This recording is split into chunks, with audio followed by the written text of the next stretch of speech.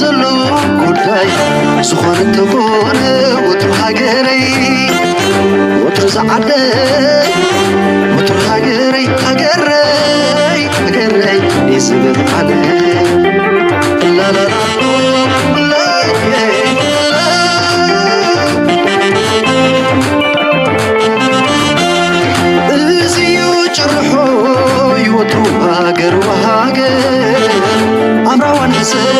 زي كيرو متكل يسعدوا ولا يفهموا زلون زنبرن تاريخ زواحت يغون سحر فرخ زيرو من الناس بلاوي تحطو بزي والول لباي زي يختمتو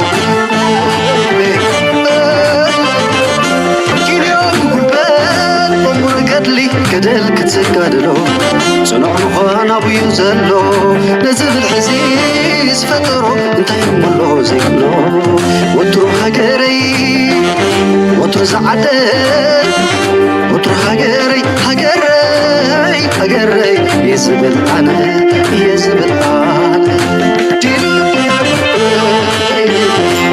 تزيو جرحوي وترو هاجر أمراوان حسن زي كيرو متكل يزعلوا ولا يفهموا زلون زنبرن تاريخ زواحت يغون سحر غلق زيرو من الناس بلاوي تحطو بزي والول لباي زي يستمتو سلام تخطاتلتنا إذا channel كما يتخونوا تبوك تكونوا ناي ووتر تمليتنا يوم لومون كم وترون خلنا كم هرزخل كم فلطو زلنا أقدسن عبيتن زيناتاتنا عالم حزنا لكم مسينا لنا نابزوبانا مسن نملس نرون بزح معبالتات بفرلاي إيرترا تخدو زلا دبلوماسياوي استراتيجيكاو قعزو نتوم قربيتنا حجي زردوم زولو إيرتران تعينت هاجر مخانا مسلني قال يوم كويو قال يوم كبعبعوينا نسمع بعبيو أبتقراي زقبر زولو بوليتيكاوي فيشناك نبلنا خلينا كال ملكعنا حزي متصالو لذي أفكارنا أفريقيا زقبر زولو كنرينا بعبيو يمكن بعالم درجاون زصلو قداي سلازغونه نبتن عبيت حجراتون أتوكرنا كنت أمتنا there's a lot of new developments مجمريا جن but the big picture بتعبس لكن جمرينا what's going on سكان زي سمعوا أبزي هذا عبيكي لا سزاربا زربالا. Spiral in the Middle East. Keep in mind that this is only one of 3 arenas in the world where regional or global players are trying to upend the international order. In Europe, a war continues to rage, and in Asia, a dangerous new dynamic is at work. Taken together, they define the most dangerous period internationally since the end of the Cold War. So, تايز بلزل فرد زكريا زلنا مدرخ أزيو فليز بلا مدرخ مخانو زخا مبزحتهم كيلاتات سمام علو نتبن حقا يقين زلو أبي أوروبا نمولي أوروبا بكينات إتي زلو بيوكرينيات بالدا الأمر منقد يوكرين كلن حقرات زلو ومن زي بلومن بحج خنابيك خديوم نايت اليان برايم مينستر زبالتو سنهن لها سمينا زي نايروبا كل أمريكا والسيقا زقبر زلو مسراشا كون كله أما كلاي مبراغ دم حجي أمونغو غازا ويا ليبانوس بالزلبري مس إيران نابز عبي جنبار أمخا أمونغو إسرائيل إيران كجبار زغل دما نملو ما كلاي مبراغ كسألو زخل مخانو نقيه بحري كل كم زخل مخانو كزرب كله بعبي دما أب إسيا زقاتم زلو كونتات بفلا تشاينا لو مجرات تزلا نزز بلا زلو صبو غيرو زغلح كونتاتيو نمنتايكم هم زغنا رينا لازم كل زي ستها حزم مخانو كنفلت لنا. In the Middle East, the current tensions are rooted in a tussle between Iran and America's allies, Israel and some of the Gulf states. Iran, being a relatively weak power, has used asymmetrical means. أجي إذا إيران بفلاينا بزبانا نزملكات كرندينا مجمري أسكبتنا تشاينا كنكيد كنفتنا تشاينا لومي انتاقاتي ملا. China has been accused of circling Taiwan in large-scale naval and air force exercises. Taiwan says China's latest war games are blatant provocations that seriously undermine regional peace and stability. It's been warning of an increase in Chinese military activity over the past 5 years. Beijing views the island as its own territory, a claim which Taiwan's government rejects. China's latest war games. So, كم دريوزلنا إذا دسيت تايوان تبهل أكلنا تشاينا مخانا زبس حقرات علم جسمام علنات بيو إذا دسيت زياغن بزوح جزي من أمريكا تسكسل زخونت أمريكا دما ولا قا أبحد تشاينا زبل بوليسي تأمن انتخونت نزي ታይዋን ግን ኩሉ ግዜ ከም ሓውሲ ኢንዲፐንደንት ጌራ ትሪት ብምግባር ዝኣክል ወታደራዊ ዕጥቅን ሓይልን ክትበያ ፀኒሓ ዘላ ኣብዚ እዋን እዚ ድማ እቲ ኣብኡ ዘሎ መንግስቲ ዋላ እኳ ፍርቂ እቲ ሃገር ዘይድግፎ እንተኾነ እቲ መንግስቲ እቲ ኣንጻር ቻይና ዝኸዶ ዘሎ መግለፅን ኣካይዳን ብቻይና ተቐባልነት ስለ ዘይብሉ ኣብ ነፍሲ ወከፍ ኣሉታዊ ስጉምቲ ዝወሰደሉ ከምዛ ትሪእዋ ዘለኹም ኣብ ዙርያ እታ ደሴት ሰፊሕ ዝኾነ ወታደራዊ ምንቅስቃስ እዮም ዝገብሩ እዛ ደሴት እዚኣ ንቻይና ኣዝያ ንእሽተይን ኣብ ድርኩኺታ ዘላን እያ ምስ ቻይና ክትዋጋዕ ዓቕሚ ስለ ዘለዋ እውን ኣይኮነን ታይዋን ይግዳስ ቻይና ኣብ ንግዲ ናይ ዓለም ኣብ ቁጠባ ናይ ዓለም ረብሓ ስለ ዘለዋ ንጉዳይ ናይ ታይዋን ብሓይሊ ክትገብሮ ወይ እውን ኣንጻር ዓለም ክትገብሮ ድሌት የብላን ታይዋን ኣካል ናይ ቻይና ምዃና እዩ ዝንገር እንተኾነ ታይዋናውያን ንሕና ምስ ቻይና ክንከውን ኣይንደሊና ዝብል ኩሎም ኣይኮኑን ፍርቆም እዮም እቶም ከምኡ ዝብሉ እቶም ፍርቆም ግን ምስ ቻይና ብሰላም ክንነብር ኣለና ኣብ ዝብል በፂሖም ኣለዉ ቻይና ሕጂ ፖሊሲ ናታ ራዕዲ ንክትፈጥር ወይ እውን ስጉምቲ ክትወስድ ከም ትኽእል ማኒቨር ንምግባር ዳ እምበር ምስ ታይዋን ክትዋጋዕ መደብ ኣለዋ ዝብል ሲሪየስ ዝኾኑ ተንተንቲ ፖለቲካ ዝሓስቡ ኣይኮነን ኦፍኮርስ እቶም ናይ ኣሜሪካ ንኩናት ረብሓ ናይ ኩናት ዘለዎም ቻይና ነዚያ ክትወርዳያ ክትሃርማያ እናበሉ ኩሉ ግዜ ፕሮፓጋንዳ ምስ ገበርሉ እዮም ምክንያቱ ፖለቲካዊ ምትእትታው ወታደራዊ ምትእትታው ንክገብሩ መሳርሒ ስለ ዝጥቀምሉ ነቲ ቶፒክ እቲ ኦኬ ንቐፅል እንታይ ኣጋጢሙሎ ለንቀነ ኣብዚያ ሕጂ ኣዛራቢት ኮይኑ Beijing views the island as its own territory, a claim which Taiwan's government rejects. Wen Tisong is a non-resident fellow with the Atlantic Council's Global China Hub. He's joining us now from Taipei. Thanks for your time and joining us on Al Jazeera. Given that these drills have come just days after Taiwan's President Lei's national address, is it fair to conclude this was expected? And what do you think is the purpose behind it?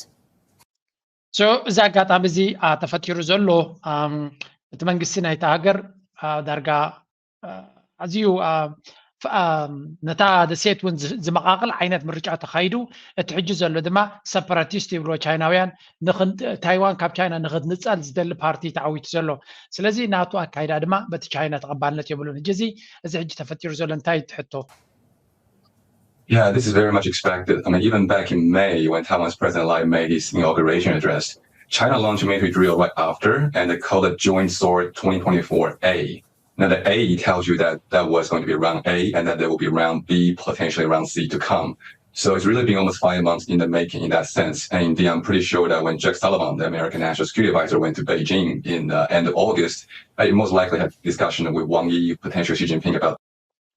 እዚ ሕቶ እዚ እዛ ናይ ደሴት ጉዳይ ቻይና እታ ዝዓብየት ናይ ቻይና ቀይሕ መስመር እዛ ደሴት እዚኣ እያ ነዛ ደሴት እዚኣ ከም ሃገር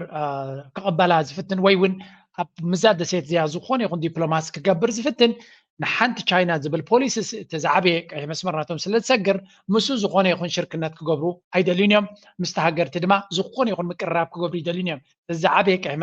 መስመር ናቶም እዚ እዩ ምናልባት ኣብ ካልእ ቪድዮ ናምፅርኩም ነይረ ፕሬዚደንት ናይ ቻይና ምስ ፕሬዚደንት ናይ ኤርትራ ክራኸቡ ከለዉ ብትኽክል ኣብ ውሽጣዊ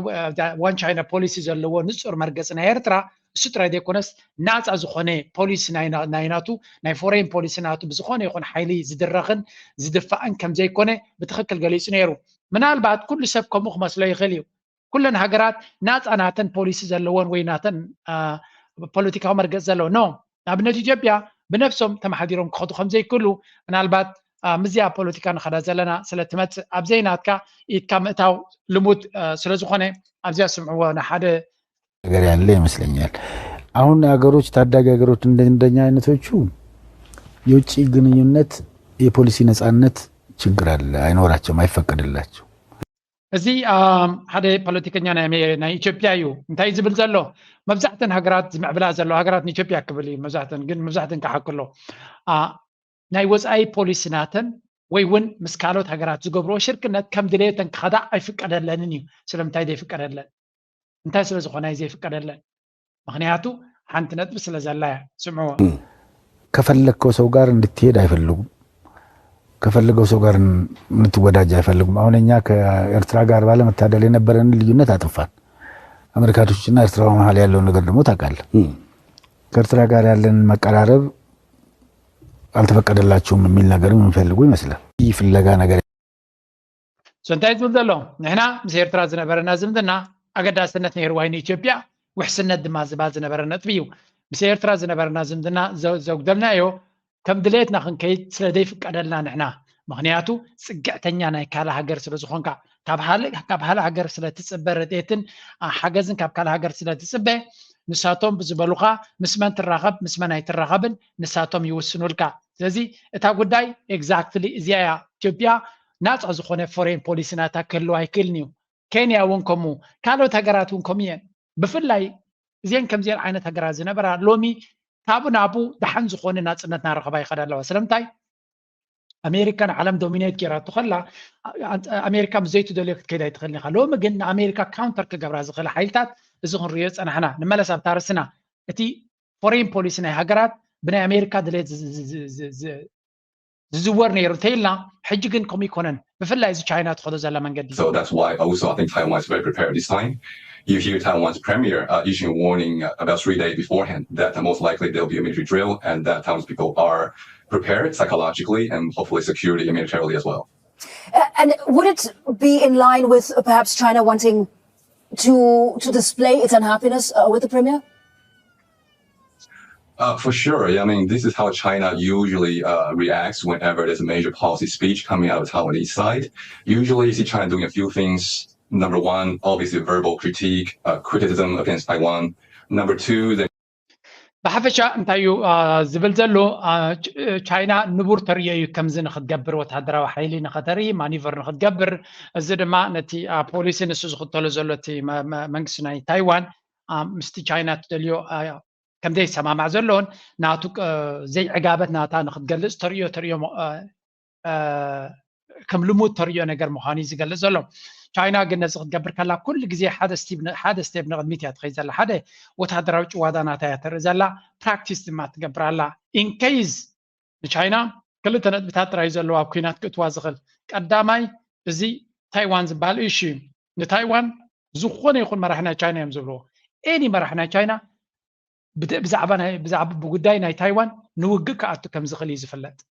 ዝዓበየ ቅድሚ መስመርናቶም እዩ ካልኣይ ናብ ኩናት ክእትዎም ዝኽእል ድማ እቲ ሳውስ ቻይና ሲ ዝበሃል ቦታ እዚ ኣሜሪካ ምስ ፊሊፒን ምስ ካልኦት ኮይና ተብላ ዘላ ኣብኡ እውን ቻይና ንኩናት ክትዳሎ ከም ትኽእል ምክንያቱ ኣዝዩ እዚኣቶም ስትራቴጂካዊ ኣገዳስነት ዘለዎም ቦታታት ስለ ዝኾኑ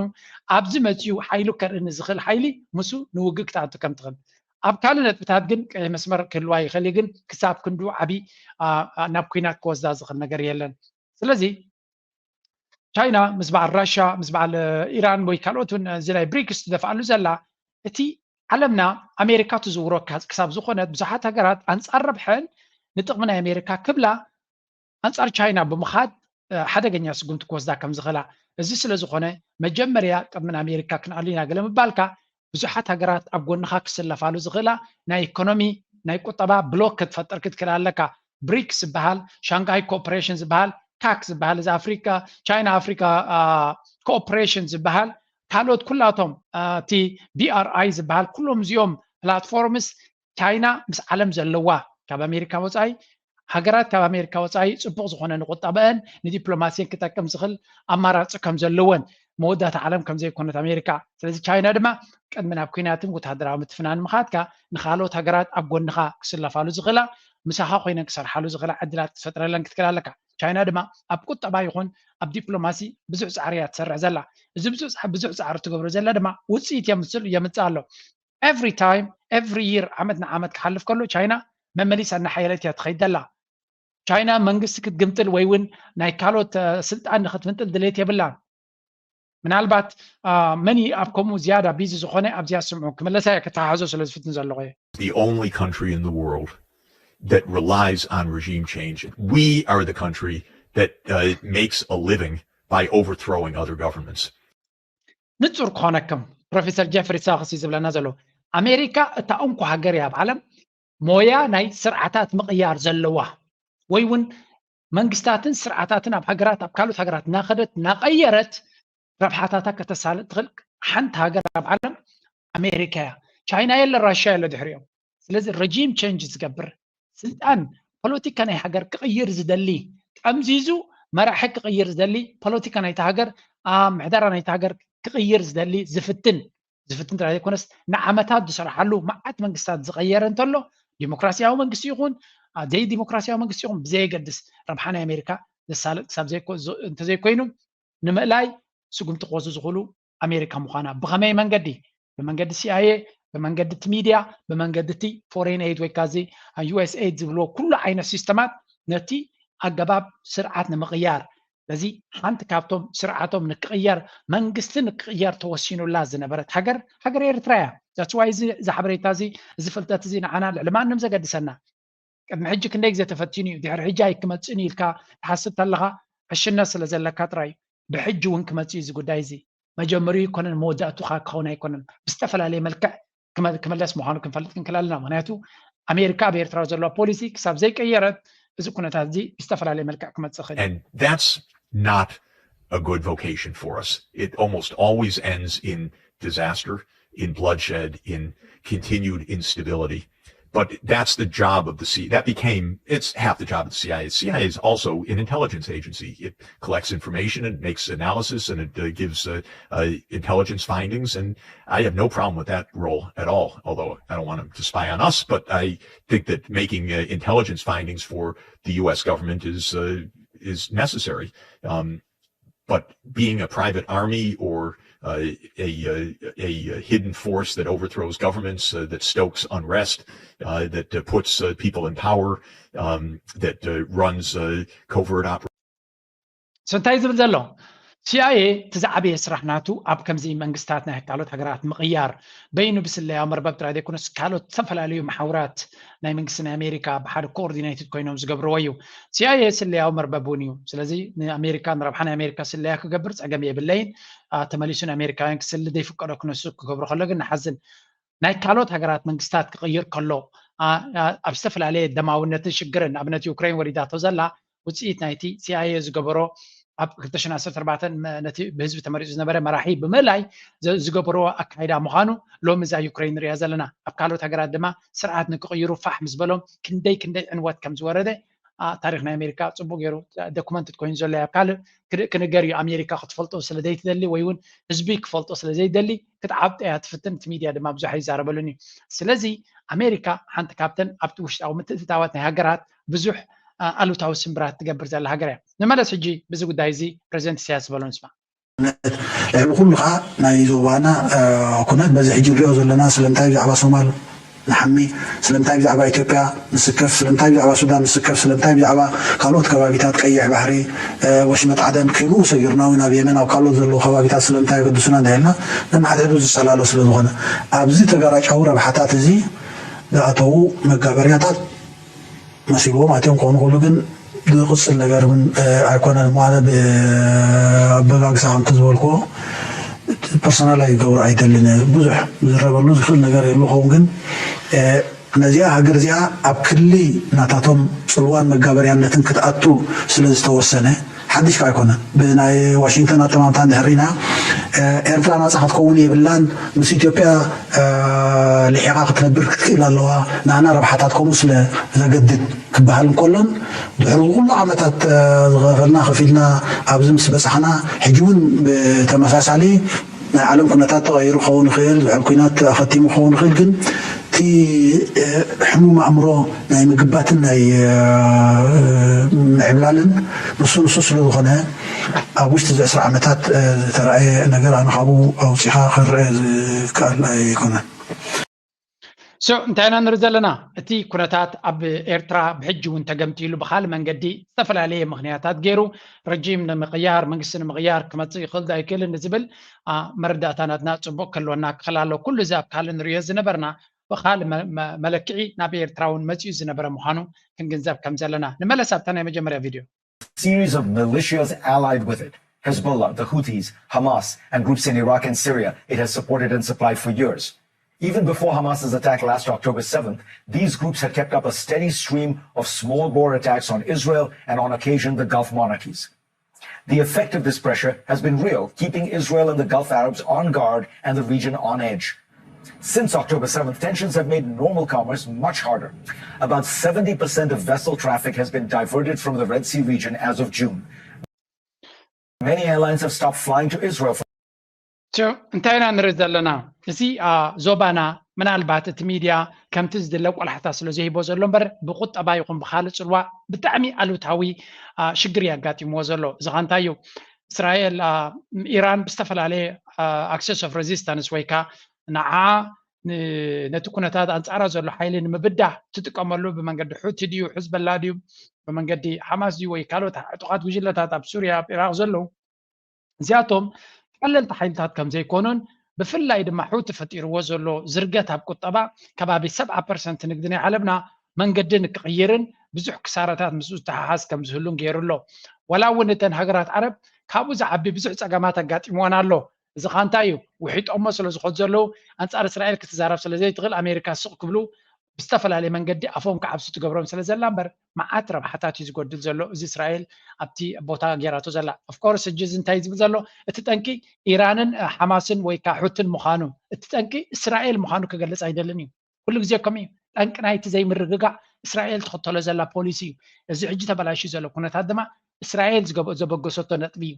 ንዑ ጠጠው ከተብል ትኽእል ድማ ንእስራኤል ጠጠው ምሰበልካ ጥራይ ክኸውን ዝኽእል በንጻሩ ግን እንታይ እዮም ዝገብሩ ኩሉ ግዜ ናብ ኢራንን እቶም ናታ ምስኣ ዘለዉ ሳቶም እዮም ነዚ ሰላም ዝኸእሉ ዘሎ ብምባል ነቲ እስራኤል መዓልታዊ ቦምብ እናገበረት ሓንሳብ ናይ ዩኤን ሓንሳብ ናይ ገለ መዓት ህዝቢ ቀቲላቶ ዘላ ንዑ ሸለል ኢሎም ክሓልፎ ንዑ ሽፋን ክህቡ ዝተፈላለየ ኢንተሌክቹዋል ዝመስል ሓበሬታታት ምሃብ ነቲ ሓቂ ክሽፍኑ እዮም ዝፍትኑ Emirates, the Dubai-based airline, has recently cancelled some flights to Iran and Iraq. Another Houthi attack on Saudi oil facilities would send oil prices skyrocketing. If the current Middle Eastern order is under pressure, another Houthi attack on Saudi oil facilities would send oil prices skyrocketing. If the current Middle East ማዕከላዊ ምብራቅ ድሮ ኣብ ከመይ ዝበለ ጫፍ ደረጃ በፂሑ ከም ዘሎን ዝኾነ ይኹን እስራኤል ናብ ኢራን ክትወስዶ ትኽእል ስጉምቲ እስራኤል ኢራን ብቐጥታ ናብተን ሃገራት ዓረብ ጥራይ ሪስፖንድ ክገብር ዘይኮነስ ናይ ሑቲ ሚሳይል ኣብ ናይ ነዳዲ ቦታ ናይ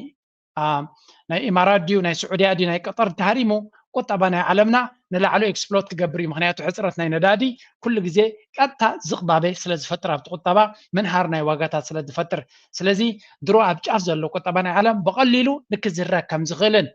እዚ ከዓ ኢራን ዓብ ለቨሬጅ ወይ እውን ዓብ ሓይሊ ከም ዘለዋ ነቲ ቁጠባ ናይ ዓለም ከተበላሹ ምናልባት ናይ ዓለም ከተዕኑ እንተዘይክኢላ ነቲ ቁጠባ ፍራጃይል ወይ ከዓ ኣብ ሰንኮፍ ዘሎ ቁጠባታት ናይ ዓለም ንምብልሻው ወይ እውን ናብ ሕማቕ ንክኸይድ ብዙሕ ክትገብር ከም So is the one in Europe. Russia's invasion of Ukraine is a traditional war of aggression, using the means Russia has aplenty, traditional and facing a rising threat that has gone somewhat unnoticed. Robert Manning, a veteran American diplomat, writes these words in Foreign Policy.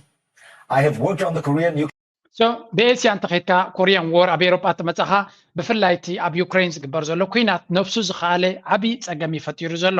ኣብዚ ኣላ ሓንቲ ለንቀነ ብዙሕ ኣዛራቢ ኮይኑ ዘሎ እስከ ንርአዮ ነገረ መንገድና The war in Europe. Ukrainian President Volodymyr Zelensky proposed a victory plan to leaders from Britain, France, and Italy. While President Zelensky got assurances of support from most leaders, he did face some resistance from Italian Prime Minister Giorgia Meloni. So ካብዚ ንሪኦ ዘለና ድሕሪ ናይ ኣሜሪካ ጉዕዞ ናቱ ዘለንስኪ ምስ ባይደን ተራኺቡ ናይ ዓወት ፕላን ናቱ ፕሬዘንት ገይሩ እንታይ ዓይነት መልሲ ተዋሂቦ ንፁር ኣይኮነን ዘሎ ከምቲ ዝደልዮ ከም ዘይኮነ ግን መተዓሻሸው ግን ብዙሕ ገንዘብ ከም ዝሃብዎ ነቲ ኩናት ከናውሕ ዝኽእል ዩክሬን ክትዕወተሉ ዘይትኽእል ግን ክትሰዓረሉ ወይ ከዓ ኢዳ ክትበሉ ከም ዘይትኽእል ገይሮም እዮም ዝሕግዝዋ ዘለዉ ንዩክሬን ማለት እዩ ምናልባት ድሕሪ ምርጫ ናይ ኣሜሪካ እንታይ ዓይነት ውፅኢት ክመፅእ እዩ ሽዑ ይክረአ ዝኽእል ኤሮጳ ድማ ኣሜሪካ ከመይ ገይሮም ቀስ ኢሎም ነቲ ኩናት ናብ ኤሮጳ ጉሒፎማ ንሳቶም ናብ ኤስያ ናብ ማእከላይ ምብራቅ ከተኩሩ እዮም ዝፍትኑ ዘለዉ ዳትስ ዋይ እቲ መራሒ ናብ መራሕቲ ኤሮጳ እናዞረ ሓገዝ ናቶምን ቀፃልነት ዘለዎ ኮሚትመንት ወይ መብፅዓ ንኽኣትዎ ይገብሮም ቀኒ እዩ እቶም ቀንዲ ኣብቲ ኩናት ምሉእ ኢዶም ኢትዮም ዘለዉ ናይ ዩኬ ፕራይም ሚኒስተር ድዩ ናይ ጀርመን መራሒ ድዩ ኣጣቂዖም ዘለዉ ናይ ጣልያን ግን ሰገጥ ከም ዝብል ጌራቶላ እንታይ ኢላቶ እስከሰሙ Alongside the Ukrainian President Meloni told reporters that negotiating with Russia does not mean surrendering. As I have said again today to President Zelensky, is to put Ukraine in the best condition possible to set up a negotiating table for peace. A negotiating table, as we have said many times, that doesn't mean surrendering, as too many have suggested in a cowardly fashion. Look. So, Meloni እንታይ ትብል ዘላ ቀስ በቀስ ኣብ ጣውላ ኮፍ ትብለሉ ዝኽእል መንገዲ ክፍጠር ትኽእል ኣሎ ኣብ ጣውላ ኮፍ ኢልካ ምስ ፑቲን ምዝራብ ማለት ከዓ ኢድካ መሃብ ኣይኮነን ወይ እውን ምምራኽ ማለት ኣይኮነን የስ ኣብ ጣውላ ኮፍ ክብል ክኽእል ኣሎ እታ ጣውላ ትብል ብጀካ ጣልያን ወይ እውን ካልኦት እዞም የማናይ ክንፊ መራሕቲ ቪክተር ኦርባን ናይ ሃንጋር ተዘይ ኮይኑ ጣውላ ዲስካሽን ገለ ዝብል ብፍጹም ኣብ ብራሰልስ ቅቡል ቋንቋ ኣይኮነን ሕማቕ ዝኾነ ስእሊ ከም ዝህልወካ እዩ ዝገብር ንሳ ግን ኣብ ህዝብናታ ጠቕላላ ነቲ ኩናቱን ብፍላይ እቲ ወገን ንዓብ ዝድግፍ ዘሎ የማናይ ክንፊ ኩናት ናይ ዩክሬን ዝቕበሎ ኣይኮነን በደወይ ሜሎኒ ኣብ ስልጣን ካብ ትመፅእ ነቲ መብፃዕታት ናታ ከም ዝጠለመቶ እዩ ዝንገር እዚ ከዓ ርዱ እዩ ኣብ ስልጣን ምስ መፃኻ እቶም ብድሕሪ መጋረጃ ዝእዝዙኻ ንሶም ዝብሉካ ኢኻ ትብል ቅድሚ ምምራፅካ ትዛረቦ ዝነበርካ ምስ ተመረፅካ እቶም ብድሕሪ መጋረጃ ዘለዉ ነቲ ምሕደራ ነቲ ስልጣንካ ዝቆፃፀርዎ ንሶም ዝበልዋ እያ ክትገብር ዘለዋ ዲሞክራሲ ሰብ ምረፅዎ ገለ ትበሃል ምስ ተመረፀ እቲ ሰብ ንስኻ ትደልዮ ይገብር ማለት ኣይኮን ከምዘይኮነ ኣሜሪካ ረዩ ነፍሲ ወከፍ ፖለቲከኛ ንሂወት ናይ ኣሜሪካውያን ክዕርየ ኢሉ ዝምረፅ ምስ ተመረፀኸ ንሂወት ናይ ዩክሬን ንኩናት ናይ ዩክሬን ቀዳምነት ከብ ዝኽእል ደንቀነ ናይ ብርቱዕ ማይ መፅይዎም መጀመርያ ሄለና ዝበሃል ዳሕርካ ምልቶን ዝበሃል መፅዩ ነቲ ህዝቢ ፋሕብትን ኢትሉ ክንደይስካ ሓጊዞሞም ነቶም ገዛውቶም ዝዓነወ ጠቕላላ መነባብሮም ዝተበላሸወ $750 ሂቦሞም ኣብ ዩክሬን ግን ከባቢ 300 ቢልዮን ሂቦም ኣለዉ ስለዚ እቲ ቀዳምነት ናይ መንግስቲ ኣሜሪካ እንታይ ምዃኑ ንጹር እዩ ህዝቢ ኣሜሪካ ኣይኮነን ወይ እውን እቲ ኣብ ሽግር ዘሎ ህዝቢ ንዑ ንምርዳእ ኣይኮነን እንታይ ዳ ኩናት ኣብ ካልእ ዓለም ንዘሎ ንምሕጋዝ ዝያዳ ኣብኡ እዮም ክጓዩ ትሪኦም ስለዚ እቲ ፖሊሲ ናበይ ገፁ እዚኣቶም ከዓ ህዝቢ ዝመረፆም ኣብ 4 ዓመት ድዮም 5 ዓመት ብምርጫ ናይ ህዝቢ ሚልዮናት ተኸፊሉሎም ናብ ስልጣን ዝመፁ እዮም ስለዚ ሕጂ ዶናልድ ትራምፕ ምስ መፀ ወይ እውን ካማላ ሃሪስ ተዓዊታ ዓብዪ ፖሊሲ ለውጢ ንእሽተይ ለውጢ ክህሉ ዝኽእል ንእሽተይ ዓብ ለውጢ ዝበሃል የለን ተደሉ ኣሜሪካ እዚ ኩሉ ሕጂ በፂሓቶ ዘላ ኣብ ዝሓለፈ 20 ዓመት ብውሕዱ እቲ መናብሮም ኣዝዩ ከፊኡ ዘለወሉ ግዜ ክንደይ ፕሬዚደንታት በፂሖም ኣለዉ ስለዚ ነቶም ብድሕሪ መጋረጃ ነቶም ቢልዮነራት ዘረብሕ ዳኣ እምበር ነቲ ተራ ህዝቢ ነቲ ድኻ ዘረብሕ ፖሊሲ ከም ዘየለ ክርዳእና ክኽእል ኣለዎ እቲ ዲሞክራሲ ደገለዶ ድበሃል ሕማቕን ፅቡቕን ክትብሎ ድሌትካ ክትብሎ ትኽእል ኢኻ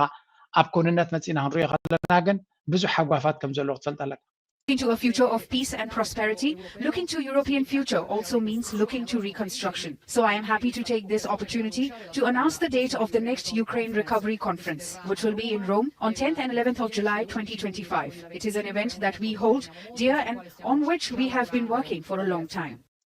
So, መቸም እቲ ዘረባ ከመይ ጌርካ እቲ ኩናት መወዳእታ ክትገብረሉ ትኽእል እዩ እስከ ካብኡ ውፅእ ኢልና ብዛዕባ እቲ ዘሎ ካልእ ቁጠባዊ መዳይ ክንርኢ ምክንያቱ ፖለቲካ ፅቡቅ እንዲ ግን ጎኒ ጎኒ ድማ ዓለምና ናበይ ትኸይድ ኣላ እስከዚያ ስምዕዋ ርኢኹማ ትኾኑ ኢኹም ግን ኣነ ዝኾነ ኩሉ ሰብ ከሰብዕለላ ዘሎ ነጥቢ ስለ ዝኾነት እያ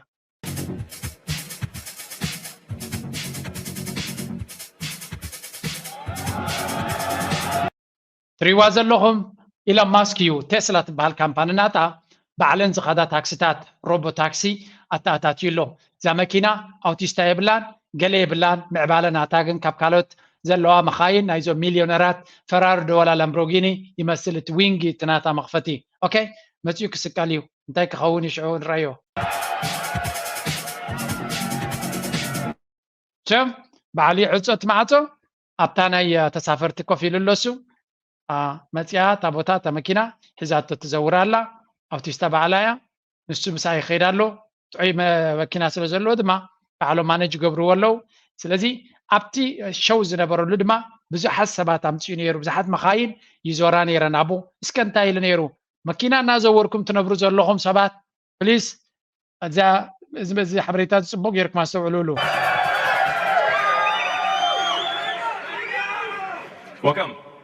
Welcome to the We Robot Party. So we have quite a show for you tonight. I think you're gonna like it. As you can see, I just arrived in the Robotaxi, the Cybercab, and there's 20 more where that came from. So they've been traveling. There's no people in them, as you can see. The car's just going by with no people. Model-wise. እዚኦም ኩሎም መኻይን ትሪእዎን ዘለኹም ንኸምኡ ንመርኣይን ህዝቢ ተባሂለን ተገይረን ዝነበራ ኣብ ካሊፎርኒያ እዩ ነይሩ ኩለን ዘን መኻይን ኣውቲስታ የብለንን ባዕለን እየን ዝኸዳ ዘለዋ ስለዚ ሰልፍ ድራይቪንግ ሮቦ ታክሲስ ኣር ሂር እዚ ቴክኖሎጂ እዚ ሳይንስ ፊክሽን ኣይኮነን ሎሚ ተግባራዊ እዩ ድሕሪ ኣብ ክልተ ስቴትስ ድሮ ካብ ንዓመታት ጀሚሮም ሰባት ክገዝእዎን ከም ዝኽእሉ እዩ ነጊሩ ዘሎ ናይ ብሓቂ ዘገርም ኣም ቨሪ surprised كمزي حصير غزي نا كمزي عينت ماس ادوبشن ويون نا بزح سب كتقملو زخل درجه نخورد imagine كل سبسي انت يدلي ابقل بوينت كل سب يكون بزح سب اوتيستا يدليو اوتيستا ناخذ قصر ግን كل غزي اب زورا خاد خلو نتسبون ولا عقب ገንዘብ ተلو تسبون نتي اوتيستا ناتكاكو ناتكا اسيستنت خاجر كازلا قال ابرا كمزي يبلو تزبلت تكنولوجي سيلف درايفنج يو تا ماكينه ابتاسدل خايا غزي بعلا كتوزدكا تغل تدلي خدمه نسخ زورا تغل this is phenomenal بفلاي نبيز زخونو سبات تزبلت مفتعيو ستراي غنا يكون نابزي تا ماكينه انت كتكون كم تغل announcement steering wheel or pedals. So I hope this goes well. I think the cost of autonomous transport will be so low that you can think of it like individualized mass transit. The average cost of a bus per mile for a city, not the ticket price because that is subsidized, but the average price is about $1 a mile. Whereas the cost of Cybercab, we think probably over time, for the operating cost is probably going to be around 20 cents a mile. شو كم دريو زلنا ابتي ماكينه قال اسرح كنا سرح كاتا ماكينه بوتا خطب صحكا سرزت ترانسبورت زبهال بعلو كونسبت تغير مخانو نورمالي سب زوركا قال عين ترانسبورت كتري خلاها نقول سب ولا بباسي دخيت ولا بقله $1 بيلي بتسحبل اذا اوتونوموس ترانسبورت كن زبعلو زوسدكا واغاون ازي تحت كورت كم زخل سلامتاي مبزحتو تينتي واغاتا زخبر زنبر نغرات سب ناي سب دموزيو ناي تقله ملي سلازي نسخ قدل كله زعبي يسرح عبي من نوابرو حقس كجبر كم زغل يزقل زلو اوكي زيا هانت كابتن سحابنت نايتنات بيها And price including taxes and everything else probably ends up being 30 or 40 cents a mile. So yes, and you will be able to buy one. سبكا خغزو خمس غلي زنقر زلو واغانا تندما كباب 30,000 I'm very very excited and looking forward زي مخاين of course نا بيروبا نخمصا غزي كوزدين اب امريكا يقلط في لك ما تزغل ولا ون تقونه في بكاينا يا إلى ماسك تري خلها نعمتك ما انت تباهي ريغان ايتن مخاين maybe الثلاثات يكبت حق زغل معناته ولا تنتصلح جنرين زلنا كن منتاي ريغا خمس نبرن كتفلت لك بزح سبي زليت مخايناتو and this is going to create another dimension that تسلا زبال كامباني لأنه كل جن إذا مخاين زي مسوون كله نجار announce كيرني رابزي Yes, exactly. And we expect the cost to be below $30,000. تعد 3 كتكون دماينا نتصبيات واغانا يتمكينا بالله. We do expect actually to start fully autonomous, unsupervised FSD in Texas and California next year. And that's obviously that's with the Model 3 and Model Y. And then we expect to be in production with the Cybercab, which is really highly optimized for autonomous transport in probably,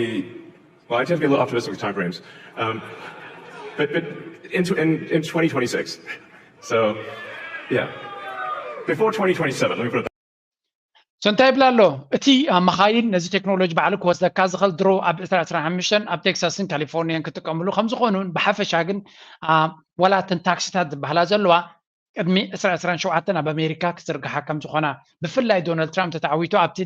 ريغولاتوري زلو محنقوتات كليلو سلازغلون ابون بزح استواصو بزح نقنيت كدف كم زغل يزر زنغر زلو نزي ترايغنا يكونن اب كل عينت عود زلها ولا كمزي مينيباسات ون اتاتاتيوم علو تسب كريان زغل مينيباسات بعلم متين نبزح حسابات بحدا كيباكت كيتغل بحكي زس دمم كنتاتينا نرزلنا تكنولوجي كمزي سمارت فون زغيرنا عالمنا ترانسبورت دما كوم ترانسفورمت كوم خانينا نرزلنا زي مينيباسات دما نبزح حسابات بحدا بتخدليو درو اب تكبار وعلن تسب يتكملن كم زلينا نرزلنا توساخون كال حبريتام تشيني رسغا زياتهم يم With Optimus, and as you can see, we started off with someone in a robot suit, sort of that, and then we've progressed dramatically year after year. So if you extrapolate this, you're really going to have something. بزعبا زيوم دما تزاريبن يروجيوم سبا زيوم روبوتات زياتهم دما نفس وكفسب كجزء من كتكملوا من زخل مخانهم نعبنت اب جزا خاص استنتديو نجزا خادص رديو كال نغرات نجزا سرحتنيا كونه كازل كل عينت كسال زخل سب مخا كزارب زخلن كردادا زخلن حساباتنا يسب قبل زغلن عينة بارتفيشال انتليجنس باور زخونه روبوت سينان رزالنا زيوم روبوت استمان بعلم بزح استواصو اب هيوت ناي دق سبات كغبر مخانومن دق سبات دما غزيوم كت من عبرهم كنت كملهم نابنة أبزنتاي نابلي زقل صوري. Long term. It'll take us a minute to get to the long term, but fundamentally at scale, the Optimus robot, you should be able to buy an Optimus robot for I think probably $20,000 to $30,000 long term. So and what can it do? It'll basically do anything you want. So it can be a teacher, babysit your kids. It can walk your dog, mow your lawn, get the groceries. So babysitter نقولعو تمرت ممهار ديو ناب سبورت موساد ديو اب غزا زلو نغرات كا لك اسيستانت خوين ومني رابتي ايفنت نزنبرو سلازي guys technology is changing the world سلازي كابزي اتوم كفليكا زخل منقدك تفطر كتكلالك بغتا لنفس وكف سراح كمنت ليز روبوت زك بلا يكلني عافشا كمز عينه تبقسو كترخل لها كن ጥንቃቄ ዘድልዮ መድረኽ በጽሕና ከም ዘለና ምስትበሃል የድልዮ ነዚያ ጥራይ እናገበሮ ከሎ ኤለማስ ነዚያ ከይወድኦ ከሎ ኣብኣ ከሎ ድማ ሓድሽ ሓሳብ ኣምፅኡ እዚ ሰብ እዚ እንታይ ዓይነት ርእሲ ኣለዎ ማንም ሰብ ክርድኦ ይከኣሎን ኣሎ 3 2 1 Billed as a world first, once again SpaceX didn't disappoint. Just after 7:30 on Sunday morning, Starship and its bottom half, the so-called Super Heavy booster, were propelled into the dawn sky on its 5th mission. Traveling miles from Texas in seconds. Minutes into the flight came the moment of separation. Sky Solo, bound for catch. What's about to unfold, a world first. On the left hand. Deafening cheers mark the occasion as it slows from supersonic speed. We can see those trucks in seconds and gently floats into the tower's mechanical arms, slotting into place effortlessly. سوزن ريو زلنا دما كالي ريكورد بريكينج اب تاريخ ناي دق سبات تغيرون تفتينون زي فلت حدش نغير يفتيرو زلو الى ماسك بمخاين عالم كغير نفتنا لوك نبل كلنا እዚ ሳተላይት ድማ ስፔስ ሽፕ ንሰማይ ከይዳ መብዛሕትኡ ግዜ መንኮርኮር ንላዕለም ስከደ ተሓማሽሽ ዝጠፍእ ክወርድ ከሎ ንመጀመርያ ግዜ እቲ መንኮርኮር ተመሊሱ ንኻልኣይ መዓላ ከም ዝውዕል ገይርዎ ኣሎ በዚ ትሪእዎ ዘለኹም ኣብቲ ቦቱ ተመሊሱ ካልኣይ ግዜ ንፍላይት ክትጥቀመሉ ከም ትኽእል እዚ ከዓ ሓደ ካብቲ ጌም ቼንጀር ተባሂሉ ዘሎ እዩ ስለዚ ኢሎን ማስክ is doing incredible stuff ናይ ዓለምና ዝሃብተመ ክትብሎ ከለኻ ናይ ዓለምና ፍልይ ዝበለ ስራሕ ብምግባር እዩ ካልኣይ ዲሳልሳይ ዝሃብተመ ናይ ፋሽን ሾው ናይ ናይ ፈረንሳይ ካምፓኒታት ሉዊ ቪቶን ገለገለ ቦርሳታት ንዑ ተፍሪ ካምፓኒ ዘላቶ እዩ ወላ ሓንቲ ትርጉም ዘይብሉ ነገራት ሓደ ሰብ ግን ንሂወት ደቂ ሰባት ዝቕይር ነገራት እናገበረ ዝሃብተመ ክኾን ከሎ ቢግ ሪስፔክት ኣለኒ ነቶም ካልኦቱን ምንዓቕ ኣይኮነን ግን ኢሎን ማስክ is doing incredible stuff ክልተ history making ክልተ ታሪክ ዝሰርሑ ፍጻመታት ጥራይሲ ኣብ ውሽጢ 3 መዓልታት ላውንች ገይሩ ነይሩ ስለዚ ካምፓኒታት ናይ ኢሎን ማስክ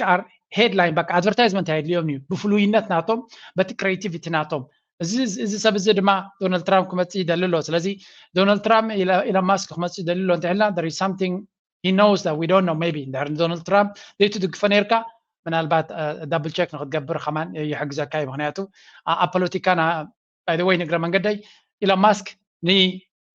ባራክ ኦባማ ንኽረክብ ክንደይ 4 ሰዓት ዲ ወላ ገለ አብሪጋ ደው ኢሉ ዝተጸበየ እዩ ደጋፍ ናይ ባራክ ኦባማ ይነሩ ናይ ዲሞክራትስ ይነሩ ነዊሕ ዋን ዶናልድ ትራምፕ ጽሉል ገይሩ ይድሪየ ነሩ ፖሊሲ ናይ ዲሞክራትስ ስለዘሰልቸወዩ ናብ ሪፐብሊካን ከይዱ ንዶናልድ ትራምፕ ዝሕግዝ ዘሎ እጅና ብትናትና ዞባ መለሲና The three countries agreed on tripartite alliance to cooperate on key regional issues including maritime security along the shared Red Sea corridor and strengthening the fight against terrorism. At the tripartite meeting, President Hassan Sheikh Mahmoud, President Isaias Afwerki, and President Abdul Fattah el-Sisi discussed regional security and cooperation based on shared maritime security along the Red Sea, Bab al-Mandab Strait. The leaders, accompanied by their respective So ናይዞም ሰለስተ መራሕቲ ሃገራት ርክብ ኣብቲ ዞባ ይኹን ብደረጃ ዓለም እውን ብዙሕ ኣቓልቦ ብዙሕ ኣተኩሮ እናተዋህቦ እዩ ዝኸይድ ዘሎ ስለምንታይ እሱ ድማ of course ኢትዮጵያ ሓደ ዓብይ ብድሆ ኣጋጢምዋ ስለ ዘሎ እዚ ብድሆ እዚ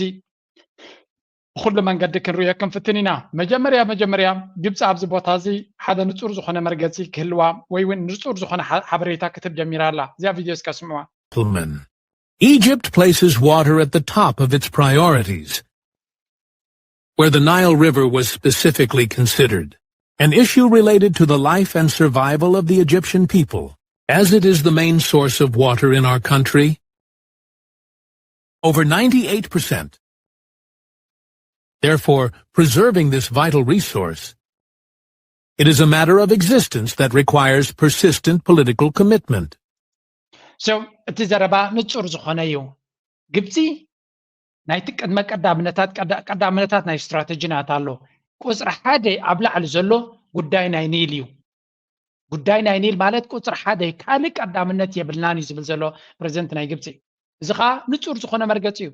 ሃገራት ኩሉ ግዜ ጸጋታትን ኩሉ ዓቕምታትን ኣብቲ ቁጽሪ 1 ስትራቴጂናትን ኤርትራ ንኣብነት ኣብ ዝሓለፈ 10 ዓመት ቁጽሪ 1 ፕራዮሪቲናት እንታይ ነይሩ ውሕስነት ናጽነታ ከም ሃገር ንኽትቅጽል ምኽንያቱ ነቲ ሃገር ነቲ ልኡላውነታ ክምንጥል ዝደሊ ከጥፍኣ ዝደሊ ሓይሊ ስለ ዝነበረ መኸተ ንብሎ ነርና እቲ ሃገር ሙሉእ ዓቕምታቱ ኣብ መመካት ናይ ልኡላውነትን ናጽነትን እዩ ነይሩ ኣስዋይት ሰራዊት ኣብ ግንባራት ኮፍ ኢሉ ነይሩ ኩሉ ግዜ ቁጽሪ 1 ፕራዮሪቲናትካ ክትክል ኣለካ ፕራዮሪቲናትካ ምስ ፈለጥካ ሙሉእ ሓይልኻ ጉልበትካ ጸጋታትካ ናብኢኻ ከተዋድዶም ዘለካ ولا بقلاشب كتري خلقها في وتك أو تنخل يزبل كا قصر حدا برايوريتينات كم سفلت كا كل تساقاتات كا جزية خام قلبت كا ناوي خا كتقنع زلكا جبت دما قصر حدا برايوريتيناتنا قداي ناينيل يوم زبل سلو قداي ناينيل 8 ميتاويت نايت ماي كاب إثيوبيا يزمت سيزبا لذا قداي نا إثيوبيا قدمك قدامنت ينعاتاتو قدامنت ناتكا من البات نخط عواد يا تعوتن ناي هلا واحد تندعر قوين تقدامنت ناتكا دما مليسو زبا زخبره يزخون that's why ግብጽና በኤርትራ መጽያቱ ዘላ ሶማል ትገብሮ ዘላ ነዘን ሃገራት ክትሕግዘን ወይ ደንጊጻት ለና ይኮነትን ዝያዳ ዝግበር ዘሎ ዝምድና ንረብሓ ግብጽ እዩ that's why ድማ በዓል ኤርትራ ክሳራ ብዘይብሉ መክሰብ የን ዝረኽባ ዘለዋ ክሳራ ብዝኾነ ይኹን ክሳራ ዘይብለን መክሰብ ጥራይን ክረኽባ ዝኽላ ስለምንታይ ከምኡ ብላ ኣለኹ ንቐጽል ብኽልቲኡ ክንሪኦ ስለ ዝኾና and diplomatic efforts in cooperation with sister countries to ensure the achievement of common goals. In light of Egypt's deep commitment to its African identities, Egypt has adopted many continental initiatives and programs related to water. Egypt's current presidency of the African Ministerial Council for Water ሕጂ እንታይ ኢና ንርኢ ዘለና ፕሬዝደንት ናይ ግብፂ ወይ እውን ሃገረ ግብፂ ነተን ኩለና ኣብ ኒል ኣበርክቶ ዘለወን ሃገራት ኩሉ ግዜ ምሳትን ጽቡቕ ዝምድና ክልዋያ ትፍትን ኦፍኮርስ ኣብ ናተን ድንጋፀ ዝምርኮስ ቀረብ ናይ ማይ ክልወን ኣይደልዩን እዮም ሕጊ ዘለዎ ኣገባብ ዘለዎ ማንም ክጸልዎ ዘይክእል እዩ ንትሰትዮ ማይ ካልእ ጸላኢኻ ዝቋፀረቱ ኮይኑ ካብኡ ዝኸፍእ ሽግር ከጋጥመካ ኣይክእልን እዩ ስለዚ ኢትዮጵያ ዓብ ሌቨሬጅ ዘለዎም ብኒል ጽቡቕ ገይሮም ሒዞሞም ኣለዉ ተወሳኺ ብኣፍቲ ገባሕር እንድሕሪ ሒዞሞም ግብፂ ዝኾነ ይኹን ክትዛረብ ኣይትኽእልና ተንበርኪኽካ ምልማን ጥራይ ክኸውን ዝኽእል ተንበርኪኽካ ለሚንካ ድማ ክሰልጦም ከም ዘይክእል ፈልጥዮም ካብ ኢትዮጵያውያን ለሚንካ ብዙሕ ክትረክብ ከም ዘይትኽእል ምናልባት ታሪኾም ክነግሮም ይኽእል ይኸውን እዩ በዚ ኮይኑ በቲ እቲ ኣብ መንጎ እዘን ክልተን ሃገራት ዘሎ ወጥሪ ሕጂ ኢትዮጵያውያን ብኸመይ ይርይዎ ድሕሪኡ ድማ ካልእ ሚድያ ቀሪብኩም እየ አቀፍ ህጎችና መርሆችን እንዲከበሩ እናደርጋለን ሉዓላዊነት ማስከበር አለብን የሚል የሶማሊያን ብሔራዊ ጦር እናጠናክራለን ጦሩ ሽብርተኝነትን እንዲከላከል ግዛቱን ማስጠበቅ እንዲችል የሚያስችሉ አቋም ላይ እናደርሰዋለን ኤርትራና ግብጽ ሆነን የሚል ሐሳብ የተነሳበት ነው ሁሉም የጠላትነታቸው ስልጣን ላይ ካለው መንግስት ጋር ሳይሆን ከራሷ ከኢትዮጵያ ጋር ይሁንዳ እጂ ኤርትራ ኣብዚ ዲል ክገብሩ ከለው ንጹር ዝኾነ ኣብዚ ሰለስቲዮም ሃገራት ንኹሉ ማሕበረሰብ ዓለም አንጻሮም ተጠው ንኸይብል ወይ እውን ዝኾነ ይኹን ኣሉታዊ ስእሊ ንኸይፈጥር ብጣዕሚ ንጹር ዝኾነ ስትራቴጂካዊ ምንቅስቃስ እዮም ገይሮም ንሱ ድማ እንታይ ኢሎም እዚ ንገብሮ ዘለና ኣላያንስ ወይ እውን ሽርክነት ኣብ ምንታይ ዝተመርኮሰ ኢሉ ልኡላውነትን ግዛታዊ ሓድነትን ዶባት ናይተን ሃገራትን ከምኡ ድማ ናጽነትን ናይ ሃገራት بزي زخون يكون حجر كده فرق كم زي بلو الزقة شارتر ناي حبرات حجرات ناي حبرات أفريقيا خميو ناي UN شارتر منوعي زبل سلزي كل حجرات أبنزين لو نتنا حجرات بمخبار جزات هودو بمخبار كم دما الناس نتن أب جمت بمتعو اتجبروا شركة تقبلنا تعلويو نيجي بياسي انت يسقط كفترة لازغل بتنسوم زبلوا يفلتي بدحر مجارجة انت كجبر كم زغل بحفشاجن بالتعمي كلين شيت بلو بالتعمي بصروي زخونه منقديهم نتسقم توسيله مازالو that's why the Ethiopia complain كتجبرونا يتغلنا እንታይ ላ ኮምፕሌን ክትገብር ወይ እውን መረረናቶም ሲ ክገልጹ ይክእሉን እዮም እንታይ ኢሎም እዮም ንሕና ንገብሮ ዘለና ዝምድና ሰለስተ ናፃ ሉላውያን ሃገራት ኢና እንገብሮ ዘለና ሽርክነት ድማ ንሰለስተ ኢና ንሉላውነት ናይ ሓንቲ ሃገር ግዛእታዊ ሓድነት ናይ ሓንቲ ሃገር ከምኡ ንናፅነት ናይቲ ሃገር ዝደፍር ሓይሊ ክንከላኸልን ክንተሓባበርን እዮም ዝብል ዘሎ ስለዚ ኢትዮጵያ ኮምፕሌን ክትገብር ተኮይና እንታይ ትብል ዘላ ኣነ ሉላውነት ናይ ዘን ሃገራት ክደፍሮ ይፍትን ኣለኹ ይሓስብ ኣለኹ ክትብል it doesn't make any sense so ንመለስ እንጂ ብካልእ መንገዲ ክርየና እቶም ኢትዮጵያውያን እዚ ዝገብርዎ ዘለዉ ንኣቢ ስለ ዝፀልኡ ይኮኑ ንኢትዮጵያ ስለ ዝፀልኡ እዮም ዝብል ዘሎ እንታይ ገብሩ ፍትኑ ናብ ህዝቢ ኢትዮጵያ ክሸጥዎ ክንደይ ግዜ ነገረኩም እየ እዚ ኣጋጢሙ ዘሎ ኩነታት ካድረታት ናይ ኣቢ ንባዕሉ ኢትዮጵያ ብምሉኣ ግብፂ ትወረኩም ኣላ ንሶማልያ ንገለን ገይሩ ኢሉ ኣኪቡ እቲ ህዝቢ ኣብ ጎኑ ደው ክብለሉ ይዘሊ ዘሎ ምክንያቱ ናይ ኣቢ ፀገም ኤርትራ ሶማልያ ወይ ግብፂ ይኮኑን ፀገምናቱ ፀገሙ ኣብ ውሽጢ ዓዲ ዘሎ ፖለቲካዊ ሕንፍሽፍሽ እዩ ሃኖ መዓልታዊ እናሓየለ ይመፅእ ኣሎ ከጥፍኦ ክንዲ ምንታይ ሰራዊት 40,000 50,000 ሰድድ መዓልታዊ ክማረኹ እዮም ዝውዕሉ ዘለዉ እቶም ሰራዊት ዳርጋ ቀፃሊ ነፍሲ ወከፍ ገለ ክፋል ናይ ፋኖ ክንዲ ዝማሪኹ ክንዲ ዝሒዙ ጥራይ ዝኸውን ዘሎ እዚ እቲ ሰራዊት ናይ ኣቢ ዝኾነ ይኹን ለውጢ ከምፃ ይክልኒ ዘሎ ንሱ ነቲ ህዝቢ ኣብ ጎኑ ንምግባር ሎሚ ንኣብነት ናይ መዓልቲ ባንዴራ ድዩ ሃገራዊ ባንዴራ ገለ ዝብል ነቲ ሃገራውነት ንምፍጣር ለይትን መዓልትን እዮም ዝዳኸሙ ዘለዉ ንሕና ግን ኤርትራውነትና ላዕሊ ደይብሎ ነዚ ሃገራውነትና ንኸዳኸሙ ድማ ለይትን መዓልትን ስዒሮም እዮም ስለዚ ንሳቶም ዘይብሎም ሃገራውነት እዩ ሃገራዊ ስምዒት የብሎምን ሃገራዊ መንፈስ እውን የብሎምን ነፍሲ ወከፍ ሰብ ብክልሉ ዝሓስብ እዩ ኣብ ስልጣን ምስ መፀ ጥራይ ብዛዕባ ኢትዮጵያ ዝሓስብ ኦሮሞ ተጋረብ ስልጣን ከለዉ ብፍጹም ብዛዕባ ኢትዮጵያ ተገዲሱ ኣይፈልጥን እዩ ብዛዕባ ኦሮሞ ጥራይ ዝግደስ ነይሩ ሎሚ ኮረሻ ስልጣን ናይ 4 ኪሎ ስለ ዝሓዘ ኢትዮጵያ ሓንቲ ኢና ክብል ጀሚሩ ኣሎ ኣምሓራ ከምኡ ተጋሩ እውን ከምኡ ኣብታ ስልጣን ተቐቢሎም ከለዉ ተጋሩ ኢና ትብል ቃል ወፂኣ ኣይትፈልጥን እያ ሎሚ ግን መዓልታዊ ክዛረቡላ ዝውዕሉ ዘለዉ ትግራይ ሃገር እያ ዶ ገለዶ ዝብል ዝነበረ ሕጂ እኳ ገዲፎም ኣጀንዳ ስለ ዝነበረት እዩ አሁን ማዳከምም ከፈለጉ ጫና መፍጠርም ማሴርም ከፈለጉ የሚያሴሩት ኢትዮጵያና ኢትዮጵያ ላይ ነው። የትኛው መንግስት ኢትዮጵያ ውስጥ ቢመጣ ይሄንን ከማድረግ ወደ ኋላ አይመለሱም። ያ መንግስት ኢትዮጵያን እስካለ ያ መንግስት የኢትዮጵያን ብሔራዊ ጥቅሞች ኢትዮጵያን ማዕከል አድርጌ እሰራለሁ ብሎ ካለ እሱን ለመክፋት ወደ ኋላ አይሉም። የትኛው አሸባሪ ኃይል መጀመሪያ የሚመጣው እንደዚህ አይነት ሀገሮች ላይ ነው። ሶ ይሄን እንዳይመጣ ከዚህ እንዲርቅ ቀጠናው ከብጥብጥና ከሽብር እንዲላቀቅ ለዘመናት መስዋዕት እንደሆነን ይታወቃል። የነዚህ ሀገራት ስብሰባ አይ ቲንክ ብዙ አስደንግጦን የሚያውቅ አይመስለኝም። የሶማሊያን ሉዓላዊነትም ሆነ የግዛት አንድነት የማስጠበቅ የቤት ስራ ግን የማን ሆኖ ነበር የከረመው? አንድ ሁለተኛ ነገር አሁን ደግሞ የቤት ስራው ኢትዮጵያን የሚገፋ ከሆነ የሞቃዲሾ መንግስት የራሱ አይደለም ወይ? የግዛቱንም ማስጠበቅ አንድነቱንም ማስቀጠል የሱ የቤት ስራ አይደለም ወይ? 34 ዓመት ሙሉ ሶማሊላንድ ራሷን ችላ ስትተዳደርና የዓለም አቀፉን እውቅና ብቻ በመጠበቅ ሂደት ላይ ያለች ምን አድርጎ ሲያው ባሕበሻ እንታይም ዝብል ዘለዎ ሸንኮለል እንዲሁ ወላ ሓንቲ ከዛርብ ዝኽእል ኣርእስቲ የብሎምን ግን ክትዛረብ ካለካ ገድን ምክንያቱ ብኣፍካ ክትተሓዝ ኣይትኽእልኒ እያ ሶማልያ ጌራቶ ዘላ ንኢትዮጵያ ሰራዊት ካብቲ ሃገሮም ውፅኡ ኢሎሞም ብኩሉ ኢትዮጵያ ወላ ሓንቲ ክትገብር ዘይትኽእል ሃገር እያ ኮይና ዘላ ወላ ሓንቲ ክትገብር ፅልዋናታ ኮምፕሊትሊ ከም ሰዳኸም ኣብዚ ሓደ ናይ ኢትዮጵያ ፀረ ኤርትራ ዝኾነ ኣዲስ ስታንዳርድ ዝበሃል ኣሎ ሓደ ኣርቲክል ኣውፅኡ ነይሩ ኢቨን እቲ ኣርቲክል ፅቡቅ ገይሩ ዝገልፅ ኢትዮጵያ በዓላ መንቀራቅሮ ብምእታው ነፍሳ ተዓፁ ከም ዘላ ኤርትራ ኣገዳሲት መሻርክቶም ከም ዝነበረትን ብሰንኪ ዕንደራናቶም ከም ዝኸሰርዋ ኣብዚ ንኣብነት ኤርትራ ኣብዚ እዋን እዚ ነቲ ናይ ኢትዮጵያ ሓይሊ ለኒ ትብሎ ዘላ ኮምፕሊትሊ ኮንቴይን ክትገብሮ ተበጊሳ ከም ዘላ ኤርትራ ንባዕላ ድማ ሪጅናል ፓወር ክትከውን ከም ትደልን ኮይና ከም ዘላ እዩ ዝገልፅ ዘሎ ኢትዮጵያ ታኡንኮ ኣብቲ ዞባ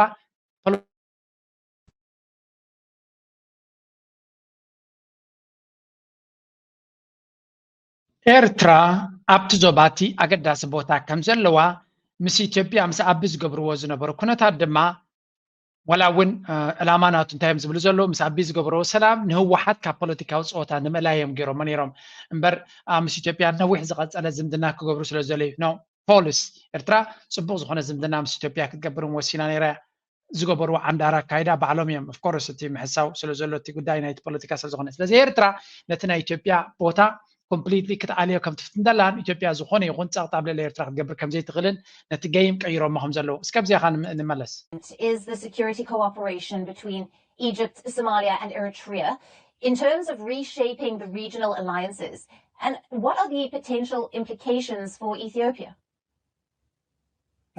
First of all, I think it is important to say that this is a strong policies that has brought these countries together. having signed the memorandum of understanding with Somaliland and his ambitious quest for a military access to the sea. It is significant in terms of destabilizing Ethiopia. With Eritrea bordering Ethiopia, possibly can accelerate the Fano insurgency in the Amhara region. It has the potential and experience in سنتايو زبل زلو بوليتيكاوي تنتاني إرتراوي أب نرويج زغماتيو انتاي زبل زلو إذا كل تسقى مانتي وزلو أبي أحمد يو عندارك هيدا أبي أحمد نتزوبا أكم زمدرخ فتيرو أبتحي ولو لألو كل دما أكايدا أبي أحمد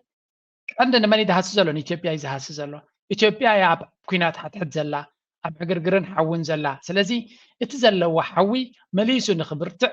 ኢትዮጵያ ካብቲ ኩነታት ንኸይትወፅእ ዝገደደ ፀገም ንኸጋጥማ ዝገብርዎ ዘሎ ኣካይዳ ድማ ንሱ ዝያደ ስለዚ ነዚ ቦታ እዚ ነቲ ዞባቲ ኢትዮጵያ ወይ ኣብይ ኣሕመድ እዩ ክዘርጎ ፀኒሑ ሕጂ ድማ መሊሱ ካብቲ ዞባ ናይ ቀርኒ ኣፍሪካ ዕድል ከም ዘይህልዎ እዩ ዝኸውን ዘሎ ምክንያቱ ዓበይቲ ሪጅናል ፓወርስ ኣብቲ ቦታቲ ንክመፁ በቲ ዓንዳር ኣካይዳ ናቱ ስለ ዝዓደመ ከምታ ኣብ 2018 ገይርዋ ዝነበረ ምስ ኤርትራን ምስ ሶማልያ ፅቡቅ ዝምድና ዝኾነ ይኹን ናይ ወፃኢ ሓይሊ መፅኡ ኢትዮጵያ سقط قبر الله مخادن قبت دما كتبكيها تقل that's why ولا حنت حاجه سلا زي نبره امريكا دونالد ترامب بومب غيركم دهرو مونتي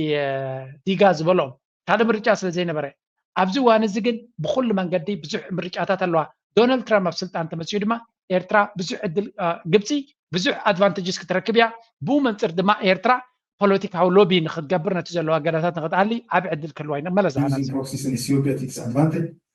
But I don't think it will reshape alliances already existing. Ethiopia seems isolated. Its only ally is the UAE, and the relations are based mainly on Abiy and Mohammed bin Zayed friendship rather than state-to-state relations. So Somalia has signed additional agreements with Turkey. Egypt has also signed agreements with neighboring countries to Ethiopia. And also we have to look at it, for example, if Trump wins the elections, it can be worse for Ethiopia, as Mr. Trump has suggested in 2020. that Egypt might blow up the dam. So انتهينا نرد لنا ابزي كل زي جيوبوليتكس بفلاي دونالد ترامب ابزع وتلو جبت دما نعو بانكينج وي او تمركزهم استراتيجي قبرهم زلو فلوتيو مستي ان اسرائيل بزح حلفاتات كقبر زح حسبو زلو دونالد ترامب جبتي اقداسيت حقريا لازم جبتي بزح ربحاتات كتسالت يا that's why ايرترا دما مس جبتي صبغ زونه زمدنا زد ليا زلو اثيوبيا ايرترا ولا حنت قبر الله يدخلنا there's nothing they can bring ويكا نيرترا دبلوماسيا وديو كتبادي زخونه ነገር ካብ ኢትዮጵያ ቅረቦ ዝኽእል ያለና ብዝዋን እዚ በንጻሩ ምስግብፂ ኣላይን ምግባር ነኤርትራ ልዑል ኣገዳስነት ኣለዎ ምክንያቱ ዕጫ ናይ ግብፂ ኣብ ኢትዮጵያ ስለ ዝምርኮስ ንኢትዮጵያ ንምቁፅፃር ድማ እታ ቀንዲ ኣገዳሲት ባእታ ክትከውን ትኽእል ኤርትራ ስለ ዝኾነት ልዕሊ ኩሉ ድማ ኤርትራ ምስ በዓል ግብፂ ዝምድና ምግባር ስቃት ናይ ኢትዮጵያ ንሓዋሩ ከምዘየጋጥም ክትገብሮ ትኽእል እያ ተዲኹም ኣለኹም ንሓዋሩ ስቃት ምክንያቱ እንታይ ኢለኩም ነይረ ግብፂ ኢትዮጵያ ኣብ ቀይ ባሕር ክትቀርብ ከም ዘይብላ እዮም ዝደልዩ ኢትዮጵያ ኣብ ቀይ ባሕር ተመፅያ በቲ ኒል በቲ ድማ ባሕሪ ገይሮም ልቦም ከጥፍሎም እዮም ስለዚ ናይ ኤርትራ ባሕሪ ኢትዮጵያውያን ኩሉ ግዜ ናብ ገጾም ምሰም ባሓቑ እዮም ፈርጌት ድሕረጂ ክረኽቦ ዕድል ክረኽቡ ይኮነን ምክንያቱ ግብፂ ኢትዮጵያ ናብቲ ቦታት ንኸይትመፅእ ኩሉ ዝከኣሎም ክገብሩ እዮም that's why ኤርትራ ብዘይ ክሳራ መክሰብ ክትረክብ ትኽእል ዝብሎ ዘሎ ካብዚ ኣላያንስ እያ ግብፂ ንኤርትራ ዝኾነ ይኹን ፀቕጥቕ ትገብረላ ይትኽእል እያ ብምንታይ ክትረኽባ ንኤርትራ ንኤርትራ ተጠቂባ ግን ኢትዮጵያ ኮንቴይን ንምግባር ፀቕጢ ንምግባር ልዑል ሓገዝ ክትረክብ ትኽእል እያ that's why ኤርትራ ነቲ ባሕርናትና ንምውሓስ ምስ ኣገደስቲ ሃገራት ካብቲ ረብሓት ካብቲ ቦታት ዓብ ረብሓ ዘለወን ሽርክነት ክትገብር ኣለዋ ንኣብነት ኤርትራ ምስ ራሻ ዝምድና እንተትገብር ነይራ እንታይ በልኩ ነይረ ኣሜሪካ ናይ ራሻ ህላወ ስለ ዘይትደሊ ነቲ ቦታቲ ሓዉ ከም ዝኣተው መገበረት ንኤርትራ ብኩሉ መንገዲ ሰላም ከም ዘይትረክብ ምስ ግብፂ ክትገብር ከላ ግን ቀዳመይቲ መሻርክቲ ናይ ኣሜሪካ ስለ ዝኾነት ኣሜሪካ ባክ ኦፍ ኢዳ ካብቲ ቦታት ክትረሕቕ ትኽእል እያ ንኤርትራ ሲ ሰላም ክትባ ትኽእል እያ ብፍላይ ዶናልድ ትራምፕ ምስ መፀ ኤርትራ ብመንገዲ ግብፂ ገይራ ነቲ ገዳብ ልዕልያ ዘሎ ንኽትኣልዮ ዓብ ዕድል ክህልዋ ከም ዝኽእል ከምኡ እውን ናይ ጥልያን ሽርክነት ንሪኦ ዘለና ብጥልያን ብደረጃ ናይ ኤውሮፓ ከምኡ ድማ በዚ ናይ ግብፂ ገይራ ኤርትራ ካብቲ ገዳቲ ክትእለ ምስ ዑድያ እውን ፅቡቅ ዝምድና ስለ ዘለዋ ስለዚ ስትራቴጂ ናይ ሻዕብያ ቨሪ ቨሪ ፕራክቲካልን ክሰርሕ ዝኽእልን ውፅኢት ከምፅእ ዝኽእልን እዩ ምናልባት ዩኤኢ እውን ፖዚሽን ናቱ ክቕይር ይኽእል ይኸውን ምክንያቱ በይኑ ክተርፍ ኣይክእል ምስ ኤርትራ ዕርቂ ክገብር ይኽእል ይኸውን ስለዚ ኢትዮጵያ ኣብ መወዳእታ እታ ኣብ መንቀራቕሮ ዝኣተወት ሃገር እያ ትኸውን ዘላ ካብ መዓልቲ ናብ መዓልቲ ኩሉ እዚ ድማ ድኽመት ናይ ፖለቲካ ናይ ዲፕሎማሲ ናይ ኣብይ ኣሕመድ እዩ ካልእ ሰብ ኣይኮነን ኦኬ ናብዚኣ እስከ ንእሽተይ ታሪክ ተመሊስኩም ብዙሕ ሰብ ዘይፈልጦ ታሪክ ኣሎ ኣብዚ Army working alongside the WSLF was able to overrun Ethiopian forces and in less than a month of the invasion controlled about 90% of the Ogaden region. ኣብ 1977 ኢትዮጵያ ምስ ሶማልያ ክዋግኡ ከለዉ ሰራዊት ናይ ሶማልያ ናይ ስዕድ ባርያ ወይ ናይ ሶማልያ ኣብ ውሽጢ ሓደ ወርሒ ካብ ሃገሩ ተመሊሱ ንብሙሉእ ተኦጋዴን ከም ዝተቆፃፀሮ እዩ ዝንገር ነቲ ብሙሉእ ክልል ሶማልያ ናይ ሶማልያ መበቆል ዘለዎ ከም ዝተቆፃፀሮ ደርጊ ሽዑ እንታይ ገይሩ እዚ ኩሉ ብሓሶት ዝዛረብዎ ስምዕዎ ኣብዘጅ Despite their failure to capture Dire Dawa, a strategic city that housed Ethiopia's second largest airbase, the combined forces of the SNA-WSLF proved victorious in the Battle of Jijiga. However, after this, the Ethiopians were able to halt the Somali advance near Harar. Ethiopia was then saved from defeat and likely permanent loss of territory following an unprecedented intervention by the Soviet Union, which provided nearly $1 billion worth of military supplies and 1,500 Soviet advisors. The Soviet Union was... So, Ethiopia ንሶማልያ ክስዕሮ ዝኻለት ፊት ንፊት ገጢማ ሓይሊ ስለ ዝነበራ ይኮነትን ሶማልያ ቤላ ገይሮም ጨፍጭፎም ውሽጢ ኣትዮም ነይሮም ናይ $1 ቢልዮን ኣብ 77 ማለት ኣዝዩ ብዙሕ ገንዘብ ኢና ንዛረብ ዘለና ኣጽዋር ጥራይኻ ናይ 1 ቢልዮን ዝትመን ኣጽዋርን ከምኡ ድማ ከባቢ 16,000 ዝኾኑ ሰራዊት ናይ ኩባ ሰራዊት ናይ የመን ከምኡ እስራኤል ኔፓላትን ካልእ ኣጽዋራትን ሂባ ሰሜን ኮርያ ሓገዝ ሂባ ኩላቶም እዚኦም ሓገዝ ምሳብዎም ድሕሪኡ እዚ ኢትዮጵያ ኣብ ትሕቲ ደርግ ንሶማልያ ስዒሩ ክሳብ ሎሚ ሰዓሪ ተሳዒሩ ዘይፍለጥ ሰራዊት ናበሉ ዝፍክሩሉ እቲ ሪያሊቲ ግን ኢትዮጵያ ኣብ ዓውደ ኩናት በይናት ያ ዘይኮነስ ምስ መሳርሕታ ከማ ንጋዶ ያ ክስዕር not the only country that intervened on Ethiopia's behalf during the Ogaden War, however. Cuba sent around 12,000 to 18,000 soldiers, while South Yemen and North Korea offered additional military assistance. What's more, Israel allegedly provided cluster munitions, napalm, and combat aircraft. So, ኩለን ሃገራት ምስ ሓገዞ ደርጊ ንኢትዮጵያ ንሶማልያ ስዒርዋ ሶማልያ ድማ እዚያ ፍጻመ እዚያ ክሳብ ሕጂ ኣይረስዕዋን ኣለዉ ሓንቲ ክዝክርዋ ዘለኩም እዚ ሰራዊት ንደርግ ዝሓገዞ ንሻዕብያ እውን ካብ ናጽነት ዘተራረፈ ኤርትራ ኣብ ሰብዓታት ናጽነታ ንኸይትረክብ ዘተራረፈ ዝሓገዝ ናይ ሕብረተሰብ ዝነበረ እዩ ንዑ ተጠቂሙ እዩ ንኤርትራ ብዙሕ ብድሆታት ፈጢርላ እስከ ገለ ካብታ ኣብቲ ሽዑ ዝነበረ ዘረባ ናይ ህዝባዊ ግንባር እስከ ስምዑ ብዚ ናይ ብሓቂ ዘገርም ዘረባ ኣሎ ብዚ ዓቕምናትና ከመይ ነርና ንሪኦ ነርና ኢልካ እንድሕር ኢኻ ንሕና ሓደ ክንኮን ከለና ፀልአ ሰለስተ እዩ ነይሩ እንድሕር ደኣ ሞራል ብቕዓት እዝን ቁፅር እንዴእትኻ ፀላኣይ ሰለስተ እዩ ንሕና ሓደ ኢና ኣብቲ ጉልበት ውግእ መፂካ ክትሪኦ ከላ እንድሕር ደኣ ናትና ሞራል ናትና ብቕዓት ናይ እዝን ቁፅርን ናትና ብቕዓት ናይ ኣፅዋር ኣብ ስልትን ኣብ ቴክኒክን ኩሉ እቲና ርኢና ግን እቕየርቲ ሚዛን ፀላእ ሓደ ኸውን ንሕና ከዓ ሰለስተ ንኸውን ሕጂ በዚና ንፀላእ ንጥቅዖ ማለት እዩ ብብዙሕ ሰብ ኣፅዋር ጥራሕ እንድሕር መፂካ ክትሪኦ ትኽእል ንኸተጥቅዕ ስኻ ሓዲኻ ፀላእ ሰለስተ እዚ ማለት ከዓ ኣይተጥቅዕ እዩ እንድሕር እዚ ንብሎ ዘለና ረቑሒታት ሜርካ ግን እቲ ምሳና ዘሎ ብቕዓት እቲ ምሳና ዘሎ እዝን ቁፅርን እቲ ምሳና ዘሎ ሞራል እዚ ኩሉ እዚ ደሚርካ እንድሕር ሪኢኻ ብቕዓት ናይ ሰብ ኣብ ግንጉኣኹን ብቕዓት ናይ ቴክኒክን ስልትን ናይ ኣፅዋር ኩሉ ዝደሚርካ ተሪኢኻ ንሕና ሰለስተ ንኾን ፀላእካ ሓደ ኾን ናዶ ከምዚ ኢልና ንኣቲና ከምዚ ኢልና ኣቲና እንድሕር ድሕር ናዶ መፂና ርኢና ኸ እንታይ እንድሕር ኢልና ምናልባሽ ትናትና ሓደን ሰለስተ ጥራሕ ዘይኮነ ዝኾንሲ ቅድም ሞራል ናይ ፀላኢኻ ወዲቑሎ ካልኣይ ከዓ ትናካ ሓፊዱሎ እዚ ከምዚ ፀኒሕካ እንድሕር ነርካ ኮንካ እዚ እንታሕቲ ኸይዲ ንስኻ ከዓ መስካ ትውስኻ ሕጂ እቲ ዝመፅእ ምዝባል ዓብዩ ዓብን ምዝባል ስለ ዝኾነ ሕጂ ሓደን 7 ዲኻ ትኾን ሓደን 8 ትኾን ኣይትፈልጦን ኢኻ ግን እዚ ኣብ ውግእ ጥራሕ ይግለፅ እዚ ኣብ ውግእ ጥራሕ ይግለፅ እዚ ካብና ዶ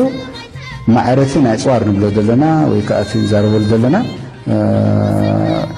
ድሕሪ ናዶ ዝረኸብና ዓበይቲ ነገራት ቢኤም ረኺብና 130 ረኺብና ዘሎ እዚ ሓደ እዩ እዚ እቲ ሃርድ ዝበሃል ወይ ከዓ ዝጭበጥ ዝፍቀድ እዩ እቲ ዝዓበየ መክሰብ ግን ኣብቲ ዘይጭበጥ እዩ እዚ ከዓ እንታይ ኣብ ርእሰ ምትእምማን ኣብ ብቕዓት ናይቲ ሰራዊት ዝመፅእ ዓብዪ ዝላይ ብዓይነቱ ኣዝዩ ተቐይሩ እቲ ሰራዊት ናትና እዚ ከዓ ፅቡቕናቱ ሕማቕናቱ ክትፈልጦ ይትኽእልና ኣብ ውሽጢ ስራሕ ጥራሕ ይድጋ ጥርጥር የኢትዮጵያ የሚቀጥሉት 30 ዓመታት ታሪክ የኮሪያን ታሪክ የሚደግም ነው። እኛ ያ አቅም አለን። ያ አቅም እንዳይፈጠር የሩቅ ጠላቶቻችን የቅርብ ኃይሎች ይጠቀማሉ። እኛ የቅርቦቹን ታሳቢ አድርገን የምንዘጋጅ ከሆነ አናድግም። ክንምንታይ ካብ ጎረቤት ሃገር ዝመጽእ እንደራን ትዕቢትን ንሰምዕ ኣለና ኣብ ሻዕብያ ዘሎ ሜንታሊቲ ናይ ሰራዊት ናይ ወታደራዊ ዓቕሚ መብዛሕትኡ ሰብ ህንደበት ደጋጠመይ ዝመስሎ ናይ ብሓቂ ልክዕ ከምዚ ወርቂ ተፅሪቡ ብሓዊ ሓሊፉ ኩልዕ ዝብል ናይ ሻዕብያ ሜንታሊቲ ወታደራዊ ስትራቴጂ ካልእ ኩሉ ብሓዊ ዝሓለፈ ስለ ዝኾነ ዝተፈተነ እዩ ኣይ ሪሊ ሆፕ ዕድመ ሂብዎም እዚኣቶም ኣብ ዓበይቲ ዩኒቨርሲታት ናቶም ሌክቸርስ ከስምዑ ኣምላኽ ዕድመ ክቦም ጥራይ ዝምነ ምክንያቱ ብዙሕ ተመክሮ ዘለዎም እዮም ልዕሊ ኩሉ ግን ኣብቲ ዩኒቨርሲታት ምዝራብ ተወሳኺ እንድዩ ኣብቲ መንእሰይ ወለዶ ከም ዝስቆር ኣብቲ ብፍላይ እቲ ወታደራዊ ዓቕምናቶም ካብ ወለዶ ንወለዶ ክሰግር ከም ዝኽእል ክግበር ክስነት ዝግብኦ እዩ ወላ እውን እቲ ቪድዮታት ናቶም ክትሪኦ ከለካ ተራ ዘረባ ኣይኮነን እዚ ቪድዮታት እዚ እውን ክስነት ዝግብኦ እዩ ናይ ምሹር ኣብዚ እዋን እዚ ኩሉ ሰብ ተገዲሱ ስለ ዝሪኦ ዘሎ ኣብ ዝተፈላለየ ቦታታት ተቐሚጡ ከም ዘሎ ስለዚ እቲ ብቅዓት ካብ ዜሮ ዝብገስ ከም ዘይኮነን እቲ ዓቕሚ ካበይ ከም ዝመፀን እዚ ሕጂ ንሪኦ ዘለና ናይ ሻዕብያ ሓይሊ ነቲ ወላ ኣዝዩ በዳሂ ዝነበረ ናይ 20 ዓመት ተፅዕኖ ምንፃል ኩሉ ዝገበርዎ ክብድሆ ዝኻለ ከምዚ ዓይነት ተመክሮ ዘለዎ ታሪክ ዘለዎ ሓይሊ ዘለዎ ኣካይዳ ስለ ዝነበረ እዩ እምበር እስከ ኣብዚኣ ንመለስ ኣብታ ጀሚረልኩም ፀናሕኩም ንሽተይ Egypt would like to pressure Ethiopia to make concessions to Sudan, and elections in Somalia in 2026 can change these alliances. But one thing we have to know is that alliances in the Horn Forum and unravel quickly, as was the case in 2018. Right. Mohammed, what are the main strategic interests that are driving Egypt, Somalia, and Eritrea to collaborate more closely, particularly in context of Ethiopia's influence in the region? I think all of them have opportunistic interests. Ethiopia has given them this opportunity. And so the main thing that drives them is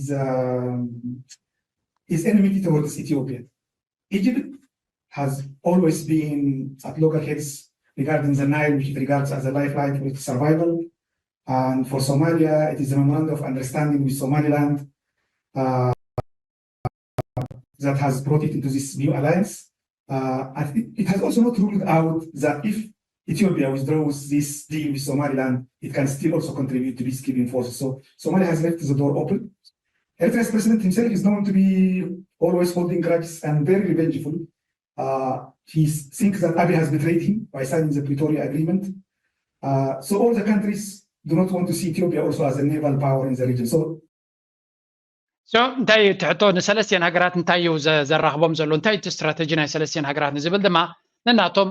ሰለስቲኦም ካብ ኢትዮጵያ ዝመፅእ ስግኣት ከም ዘለዎም ወይ እውን ንኢትዮጵያ ነቲ መርሕነት ኣብ ኢትዮጵያ ዘሎ ከም ሓደጋ ዝፈጥረሎም ከም ዘሎን ስለዚ እቲ ዕድል ተፈጢሩ ዘሎ ኣገይን ተመሊስካ ክትሪኦ ከለካ ድኽመት ናይ ዲፕሎማሲ ከምኡውን ዕንደራ ናይ ኣብይ ኣሕመድ ዝፈጠሮ እዩ ንሰለስቲን ሃገራት ንሰለስቲን ኣገደስቲ ሃገራት ኣንፃሩ ጠጠው ከም ዝብላ ገዲድዎን እዩ ብፍላይ ንሻዕብያ ገዲድዎ ኦፍኮርስ ንሱ ንሻዕብያ ስለ ዘይድግፍ ብዙሕ ግዜ ኣንፃሩ ክዛረብ ዝኽእል ግን ብኩሉ መንገዲ ክትሪኦ ከለካ ፅቡቕ ነጥብታት ስለ ዘሎ ወይ ኣምፅኦ ዘለኹ ብሓፈሻ ኩለን ሃገራት ዓብይ ስግኣት ስለ ዝፈጥረሎም ብኩሉ መዳይ ብሓደ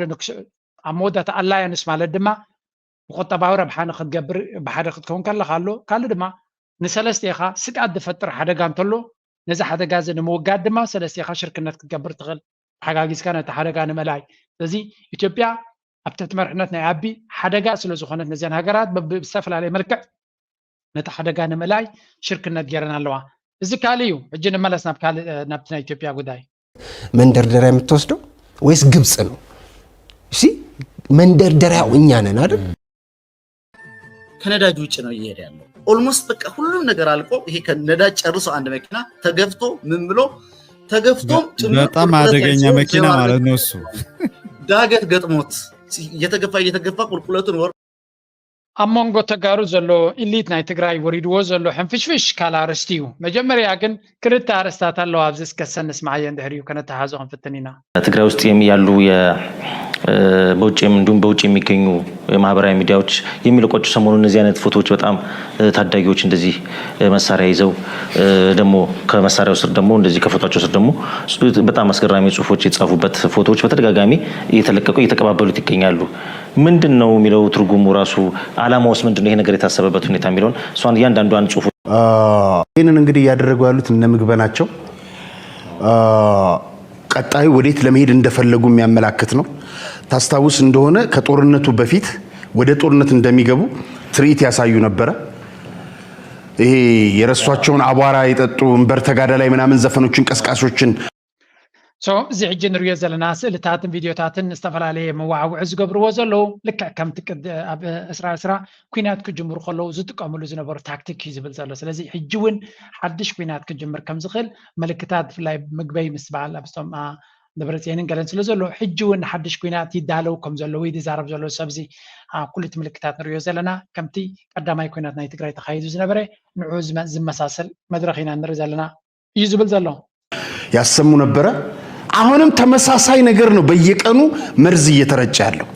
እዚህ ጋር አሁን ለምሳሌ ይሄ ልጅ የሞተ ነው ይላል። ስሙ ኮኮብ ፍጹም ነው ስሙ ሞቷል ይላል። 44 ጦርነቶች ላይ የተሳተፈ ነው ይላል እና ከታች ምን ይላል? የዚህ ዘመን ጀነራል ኃይሎም ማነሳሻ ነው። ማነሳሻ ነው። ከላይ ጌታቸው አሰፋን ለጌታቸው አሰፋ ለዛ ለጭራቁ ማለት ነው። እሱን አግኝቸው ስምህን ንገረኝ ብየዋለሁኝ። በጣም የሚያሳዝነው አደጅ እናቴ ጀግና ሁን ብላ ደብዳቤ ላከችልኝ። እኔ መቼም ፕሮፌሰር አረጋዊን በትኾይን በቲ ነቶም ኣብ አዲስ አበባ ዘለው ተጋሩ መፍተቶም ረኺቦም ከባጭ ውሎም ይውዕሉለው ትግራይ መፃወቲ ናይቶም ናይ ብልጽግናን ንትግራይ ኤግዛክትሊ ከምዚ ክትከውን ዝደልይዋ ዝነበሩ ፕሮሰሊጦም ኣለ ሻዕብያ ይኮነ ከምኡ ገይሮም ነፍሶም እዮም ከምኣ ዝገብርዋ ዘለው ኣፍኮር ሻዕብያ ዘደሊ ስጉም ትወሲዱ እዩ እዚ ሕጂ ኣትይዎም ዘሎ ሕንፍሽፍሽ ሻዕብያ ዝፈጠሮ ኣይኮነን ዲስ ኩሉ ግዜ ከምዚኦም ነይሮም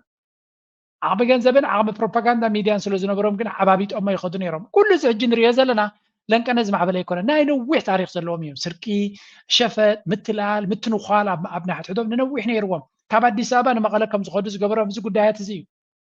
አዲስ አበባ ኢትዮጵያ ቢዶም ከላ ንሓትሕዶም ክባልዑ ክብሎም ነታ ስልጣን ከሲሮም ይዝባል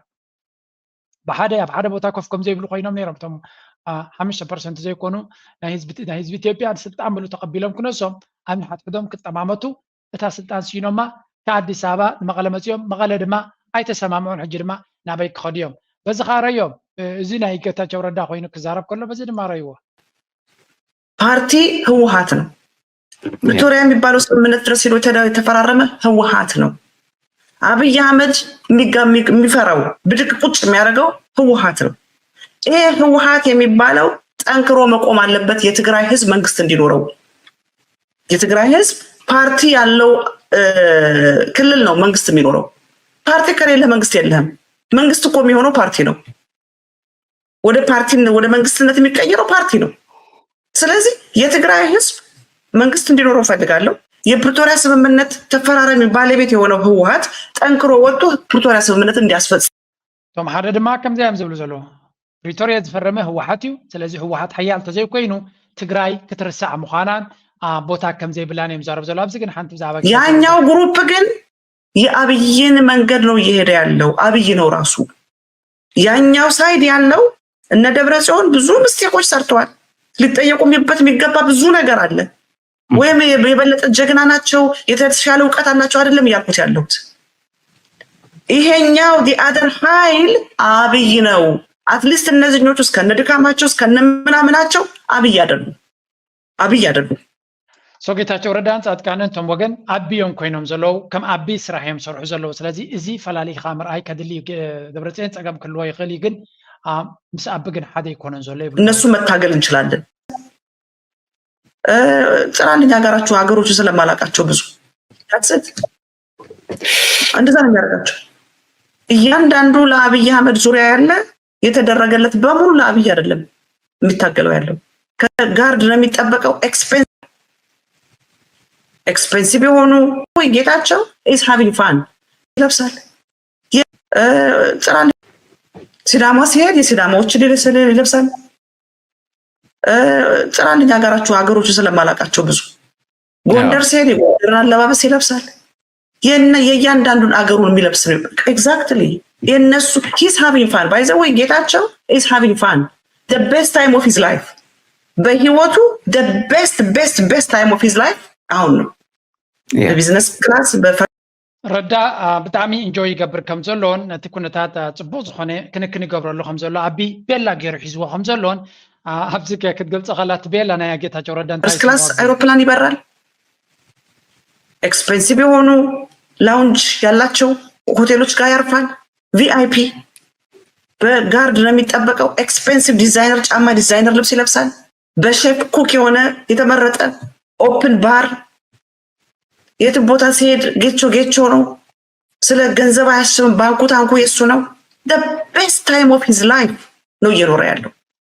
ጌታቸው ረዳ። ነታ ህይወት ቤላ ገይሩ ኢንጆይ ዝገብራ ዘሎ ከም ዝኾነ የምዛረብ ዘሎ ሕጂ እዚ ኩሉ ናቶም ምዃነ ነይሩ እስከ ናብቶም ናትና መልመፅቲ እዮም ኢሎም መልመፅቲ ብያቲ ዝበልዎም እንታይ ይብሉ ኣለዉ? እስከ እንታይ ናቶም ጉዳይ ኮይኑ ዘሎ ሓንቲ መዓልቲ እውን ኣብ ስልጣን ኣይመሓደረ ድሕሪታ ዝበላ ዘረባ ኣብ ንዓይ ኣብ ስልጣን ከለኹ ንዝወረደ ሓደጋ ከጋንኑ ክብሉ 1 ሚልዮን ሰብ ሞይቱ ይብሉ ኣለዉ ዝበሎ ዘረባ እንታይ ማለት እዩ? ድሮ ኣምሓራ ወላቶም ኩሎም ሓይልታት ኣብቲ ዝነበሮም እንታይ ይብሉ ኢኻ ቀደም እውን እኮ ጀኖሳይድ ትብል እምበር ኣይተፈፀመን ኢኻ ከም ዝብል ኣሎ ደብረፅዮን ዝበሃለ እሱ ግን ንናቱ ስልጣን ክከላኸል ንዓይ ንኸጥቅዑ ክብሉስ ስጋ 1 ሚልዮን ሰብ ሃሊቑ ብሉ ኣለዉ። እንታይ እዩ 1 ሚልዮን ፍርቂ ሚልዮን ቀሊል ድዩ? ወላ 100,000 ቀሊል ድዩ? ወላ ሓደ ሰብ ሞይቱ ዶ ይኮንካ እንተሓዝ ፖለቲከኛ ኣይኮነን ደብረፅዮን ከምዚ ቅንዕናን ፖለቲካን ብሓደ ዝኸይድ ኣይኮነን። ቁኑዕ ሰብ ስለ ዝኾንካ ፖለቲከኛ ክኮን ኣይትኽእልን። ስለዚ እቲ ትብሎ ነገር ሳዕቤኑ እንታይ ከይፈለጥካ ምባል ተበፂሑ ዘሎ ነድሪ ዘሰነዮ ነገር ስለ ዝኾነ ነብስኻ ምክልኻል ብዝገበርካያ ጌጋይ ናብ ዝበፅሕና ዝብል ፀቕጢ ስለ ዝበዝሐ ነብዚ ንኽከላኸልሲ 1 ሚልዮን ህዝቢ ዘይሃለቐ ኣይተፀንዐን ስቕ ኢሎም 1 ሚልዮን ዝብሉ ዘለዉ ንዓና ካብ ናይ ኣውራጃ ናይ ሃይማኖት ክሳዕ ስድራ ቤታት ኣቲኻን ምብትታን ዝግበር ዘሎ ፃዕርን ዝተገብረን ብቐሊሉ ዝረአ ኣይኮነን። ማእዝኖም ከስሕቶም ዝፈተኑ ገዲፍካ ቶም ቀንዲ መሳርሒ ናይ ዝኸም ዝኾኑ ሓሶሳት ብገንዘብ ኣብ ዕዳጋ ተገዚኦም ዝሰርሑ ዘለዉ ሓደ መዓልቲ ህዝቢ ኤርትራ ክፃባፀቡን ኣብዚ ከምዚ ዝኣመሰለ ሽግር ሃገር ኣትያ ከላ ብዛዕባ ዝተፈላለየ ጉዳያት ክትልፍልፍ ምውዓል ካልእ ጉዳይ ብዛዕባ ሽግራትና ፀገማትና ክንዕርዮም ዝግባአና ክነተዓራርዮም ዘለና ስራሓት ማእለያ ዘይብሎም ጉድለታት ኣለውና ኣይንሓቆም እና ንሰርሒ ስለ ዘለና መዓልቲ ኢና ንጋገር ክንዕርዮም ክንሰርሖም ክነብሎም ኣበይ ኮንካ ትዛረብ ኣለኻ እዩ ኣብዚ ደንበ ናይ ሃገር ኣሎ መስመር ናይ ሃገር ኣሎ መስርዕ ናይ ሃገር ኣሎ ኣብዚ ኮንካ ትሰርሕ እንተኮይንካ ድላይካ ትዛረብ ክትነቅፍ ክትዕርፍ ኢልካ ነዚ መስመር እዚ ሰጊርካ ኣብ ደበ ፀላእ ከይድካ ብዛዕባ ኤርትራ ክትዛረብ ዝኾንኩም መሰል ይብልካ منتاي دي مستكاو عدم يلوم زو مسازيا حدا عد ህዝቢ ዘይኽበረ ክሳዕ ክንደይ ከም ዝዋረድ ኣብዚ ስምዑ ሕጂ በብመዓልቶም ኩሎም ከምዚኣ ከተጋጥሞ ምዃን ኣጋጢሞም እንዲ መብዛሕትኦም ስምዑ ወነ ዝገብርዎ ሕጂ ገርም منتاي دي مستكاو عدم يلوم زو مسازيا حدا عد زي لسب كحنت انقول خعصف زي بعجبان بقلم بلنا حنت جزا خوينو ساتلايت انتاش من تطق مطرح تاش مزبل نوعل نصحي وصس نعاي نصحوص يحاسب نوعل وص زي وص حنت انقول زي يطوه حنت جزا تعكيرو بعمت عكر زحدر ثم ارتبا نوعلم داسددو موتوي وጭنقو زلو فطرات تقدبيتو نعاي نصحوصن محساب دحرك ياكل يمزلو ኣብ ደገ ዘለዉ ኤርትራውያን ይምፁም መውዓዶም ኣትዮም ልክዕ ሓምዛ ኸማና ከምዛናትና ኣብ ዓደም ኢቶ ተዘየለ ኣብ ውፃእ ዓዲ ዘሎ ሰብ ጭንቀት ኣለዎ እዚ ድማ ክንገድፎም ዝግበአና ድማ ሸለል ክንብሎም ዝግበአና ድማ ነገር ኣሎ ኣብ ርእሲ ጭንቀቶም ዓዲ ናፍቆት ኣሎ ይሓር እዮም ብዓዶም ብናፍቆት እዚ ተጠዊፍካ ጭንቀትን ብዓዲ ናፍቆትን ተጠዊፍካ ዓቕልካ ንፅበካ ተሎ ዓገርግር መዋት ከመን وانا ነገር ህዝብ ነው ለዘለና ብዛዕባ ዛ አሰናት ባህል ሚዲያን ብዛዕባት በዓል ዋና ናይት ሚዲያን ትግራይ ሓሲቡ ኣይኮነን ከም ተዝኸውን ኣይምልከቶን እኮ እዞም ክልቲኦም ፖለቲካ ኣፈላላይ ኣብ ትግራይ ኣምፅኦም ዘለው ንዓና ኣይቲ ፖለቲካ ኣፈላላይ ሶ ንሕና ኢና ሃንድል ንገብሮ ናቱ ሓገዝ ኣይንደልን ናቱ ሓገዝ ኮ ኤግዛክትሊ ኣብዘይ ጉዳዩ ዝኣቱ ከምዚ ኢሉ ከዓ ፅፍዒ ትረክብ ትማሊ እዚኦም እንታይ ይብሉ ነይሮም ሎሚ እንታይ የጋጥማም ኣሎ ኣብዚ ከዓ ረይዎም ቤላ ገይሮም የፃወትዎም ኣሎ መዓልቶም ዝፅበዩ ብዙሓት ኤርትራውያን ናብ ኢትዮጵያ ያቱ ካብ ኢትዮጵያ ከዓ ናብ ዝተፈላለዩ ክፋላት ዓለም ይኸዱ ማለት እዩ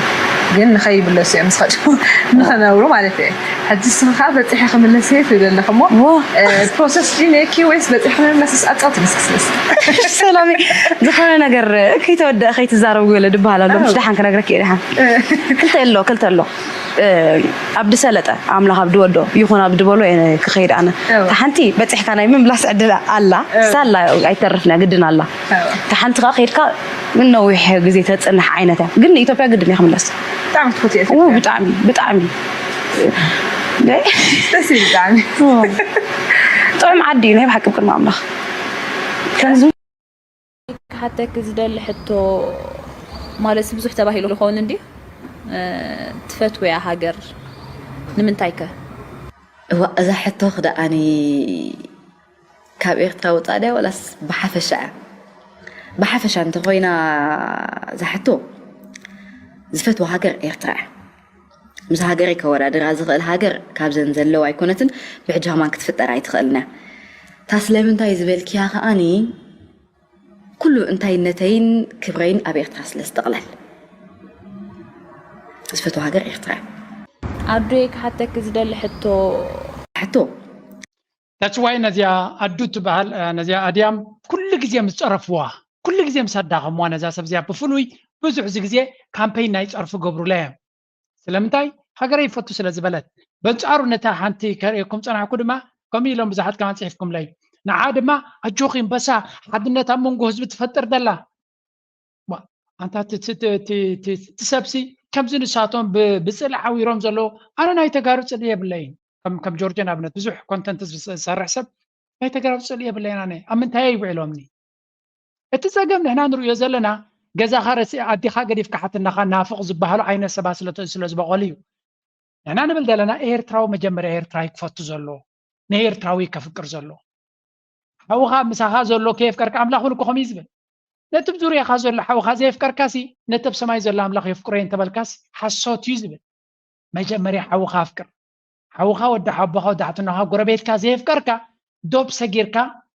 تقراواي حوي كتبل تجميركا حساو مخانكا إذا حجي دريس أنا تقراواي حساواي خاص خبزة تقراي كتزار مفقادي بكابلها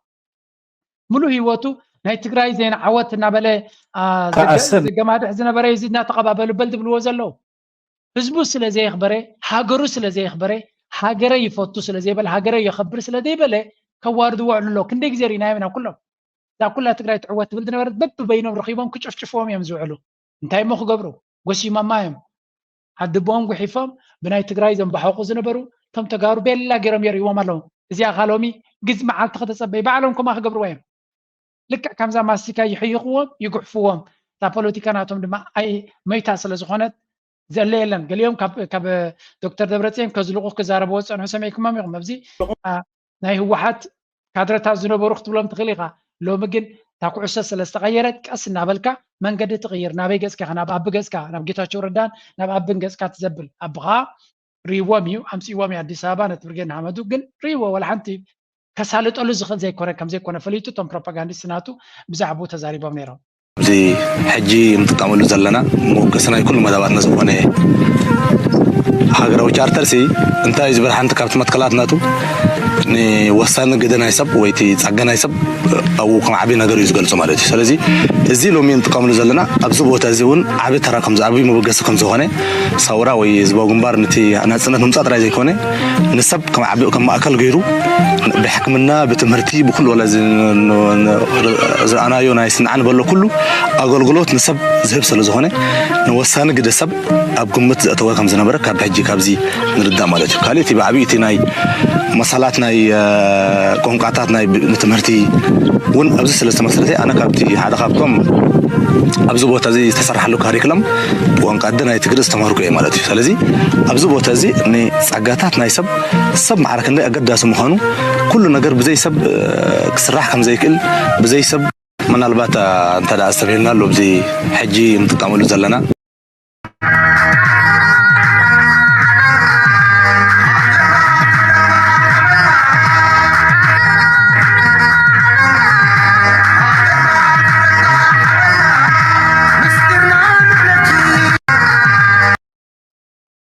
زاسل زيا أب نايرترا سوشيال ميديا كصور زوالات يا كابتي كولج اوف ميديسين ويونايت أنا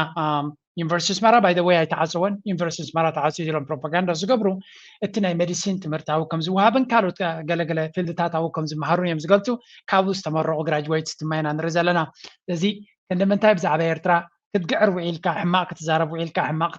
كتلفلف وعيلكا ابت كونت كنريو خلنا جن يرترا ኣብቲ መሰረታዊ ነገር ብዙሕ ፃዕሪ ትገብር ኣላ የስ ብዙሕ ዝጎደለሎ ከምዚ ተዓሚትካ ኩሉ ፐርፌክት ኣሎ ዝብል ሰብ የለን ክትፈልጡ ኣለኩም ኤርትራ ብዙሕ ብድሆታት ኣለዋ ብዙሕ ሕፅረታት ኣለዋ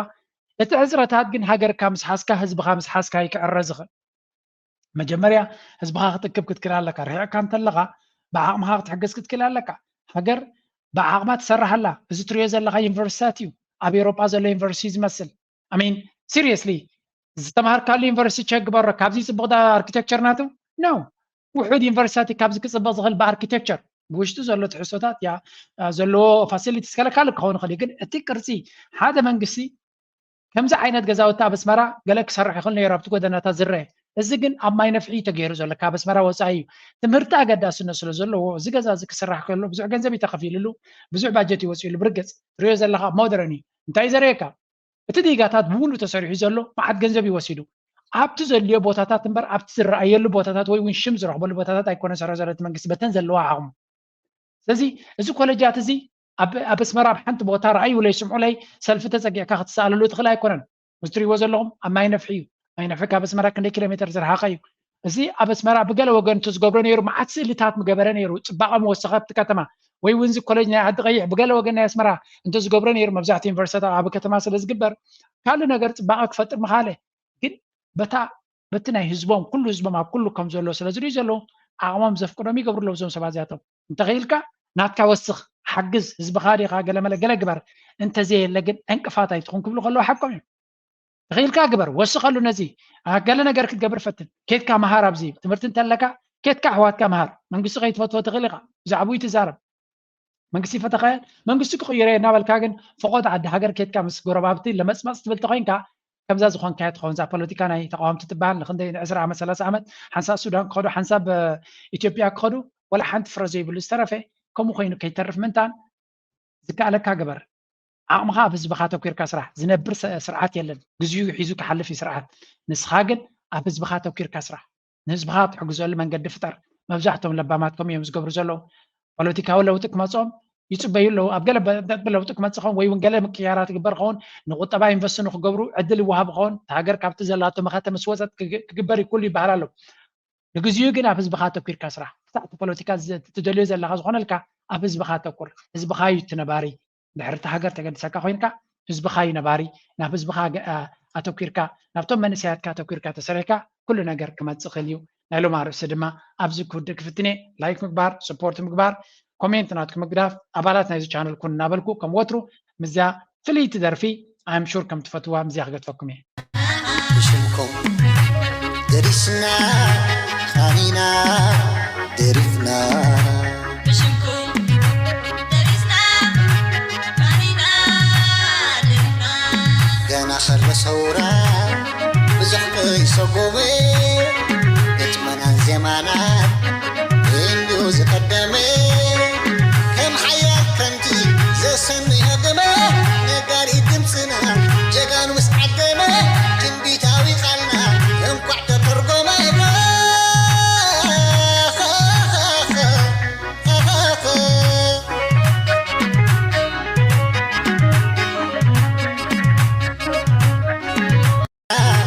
ኻኒና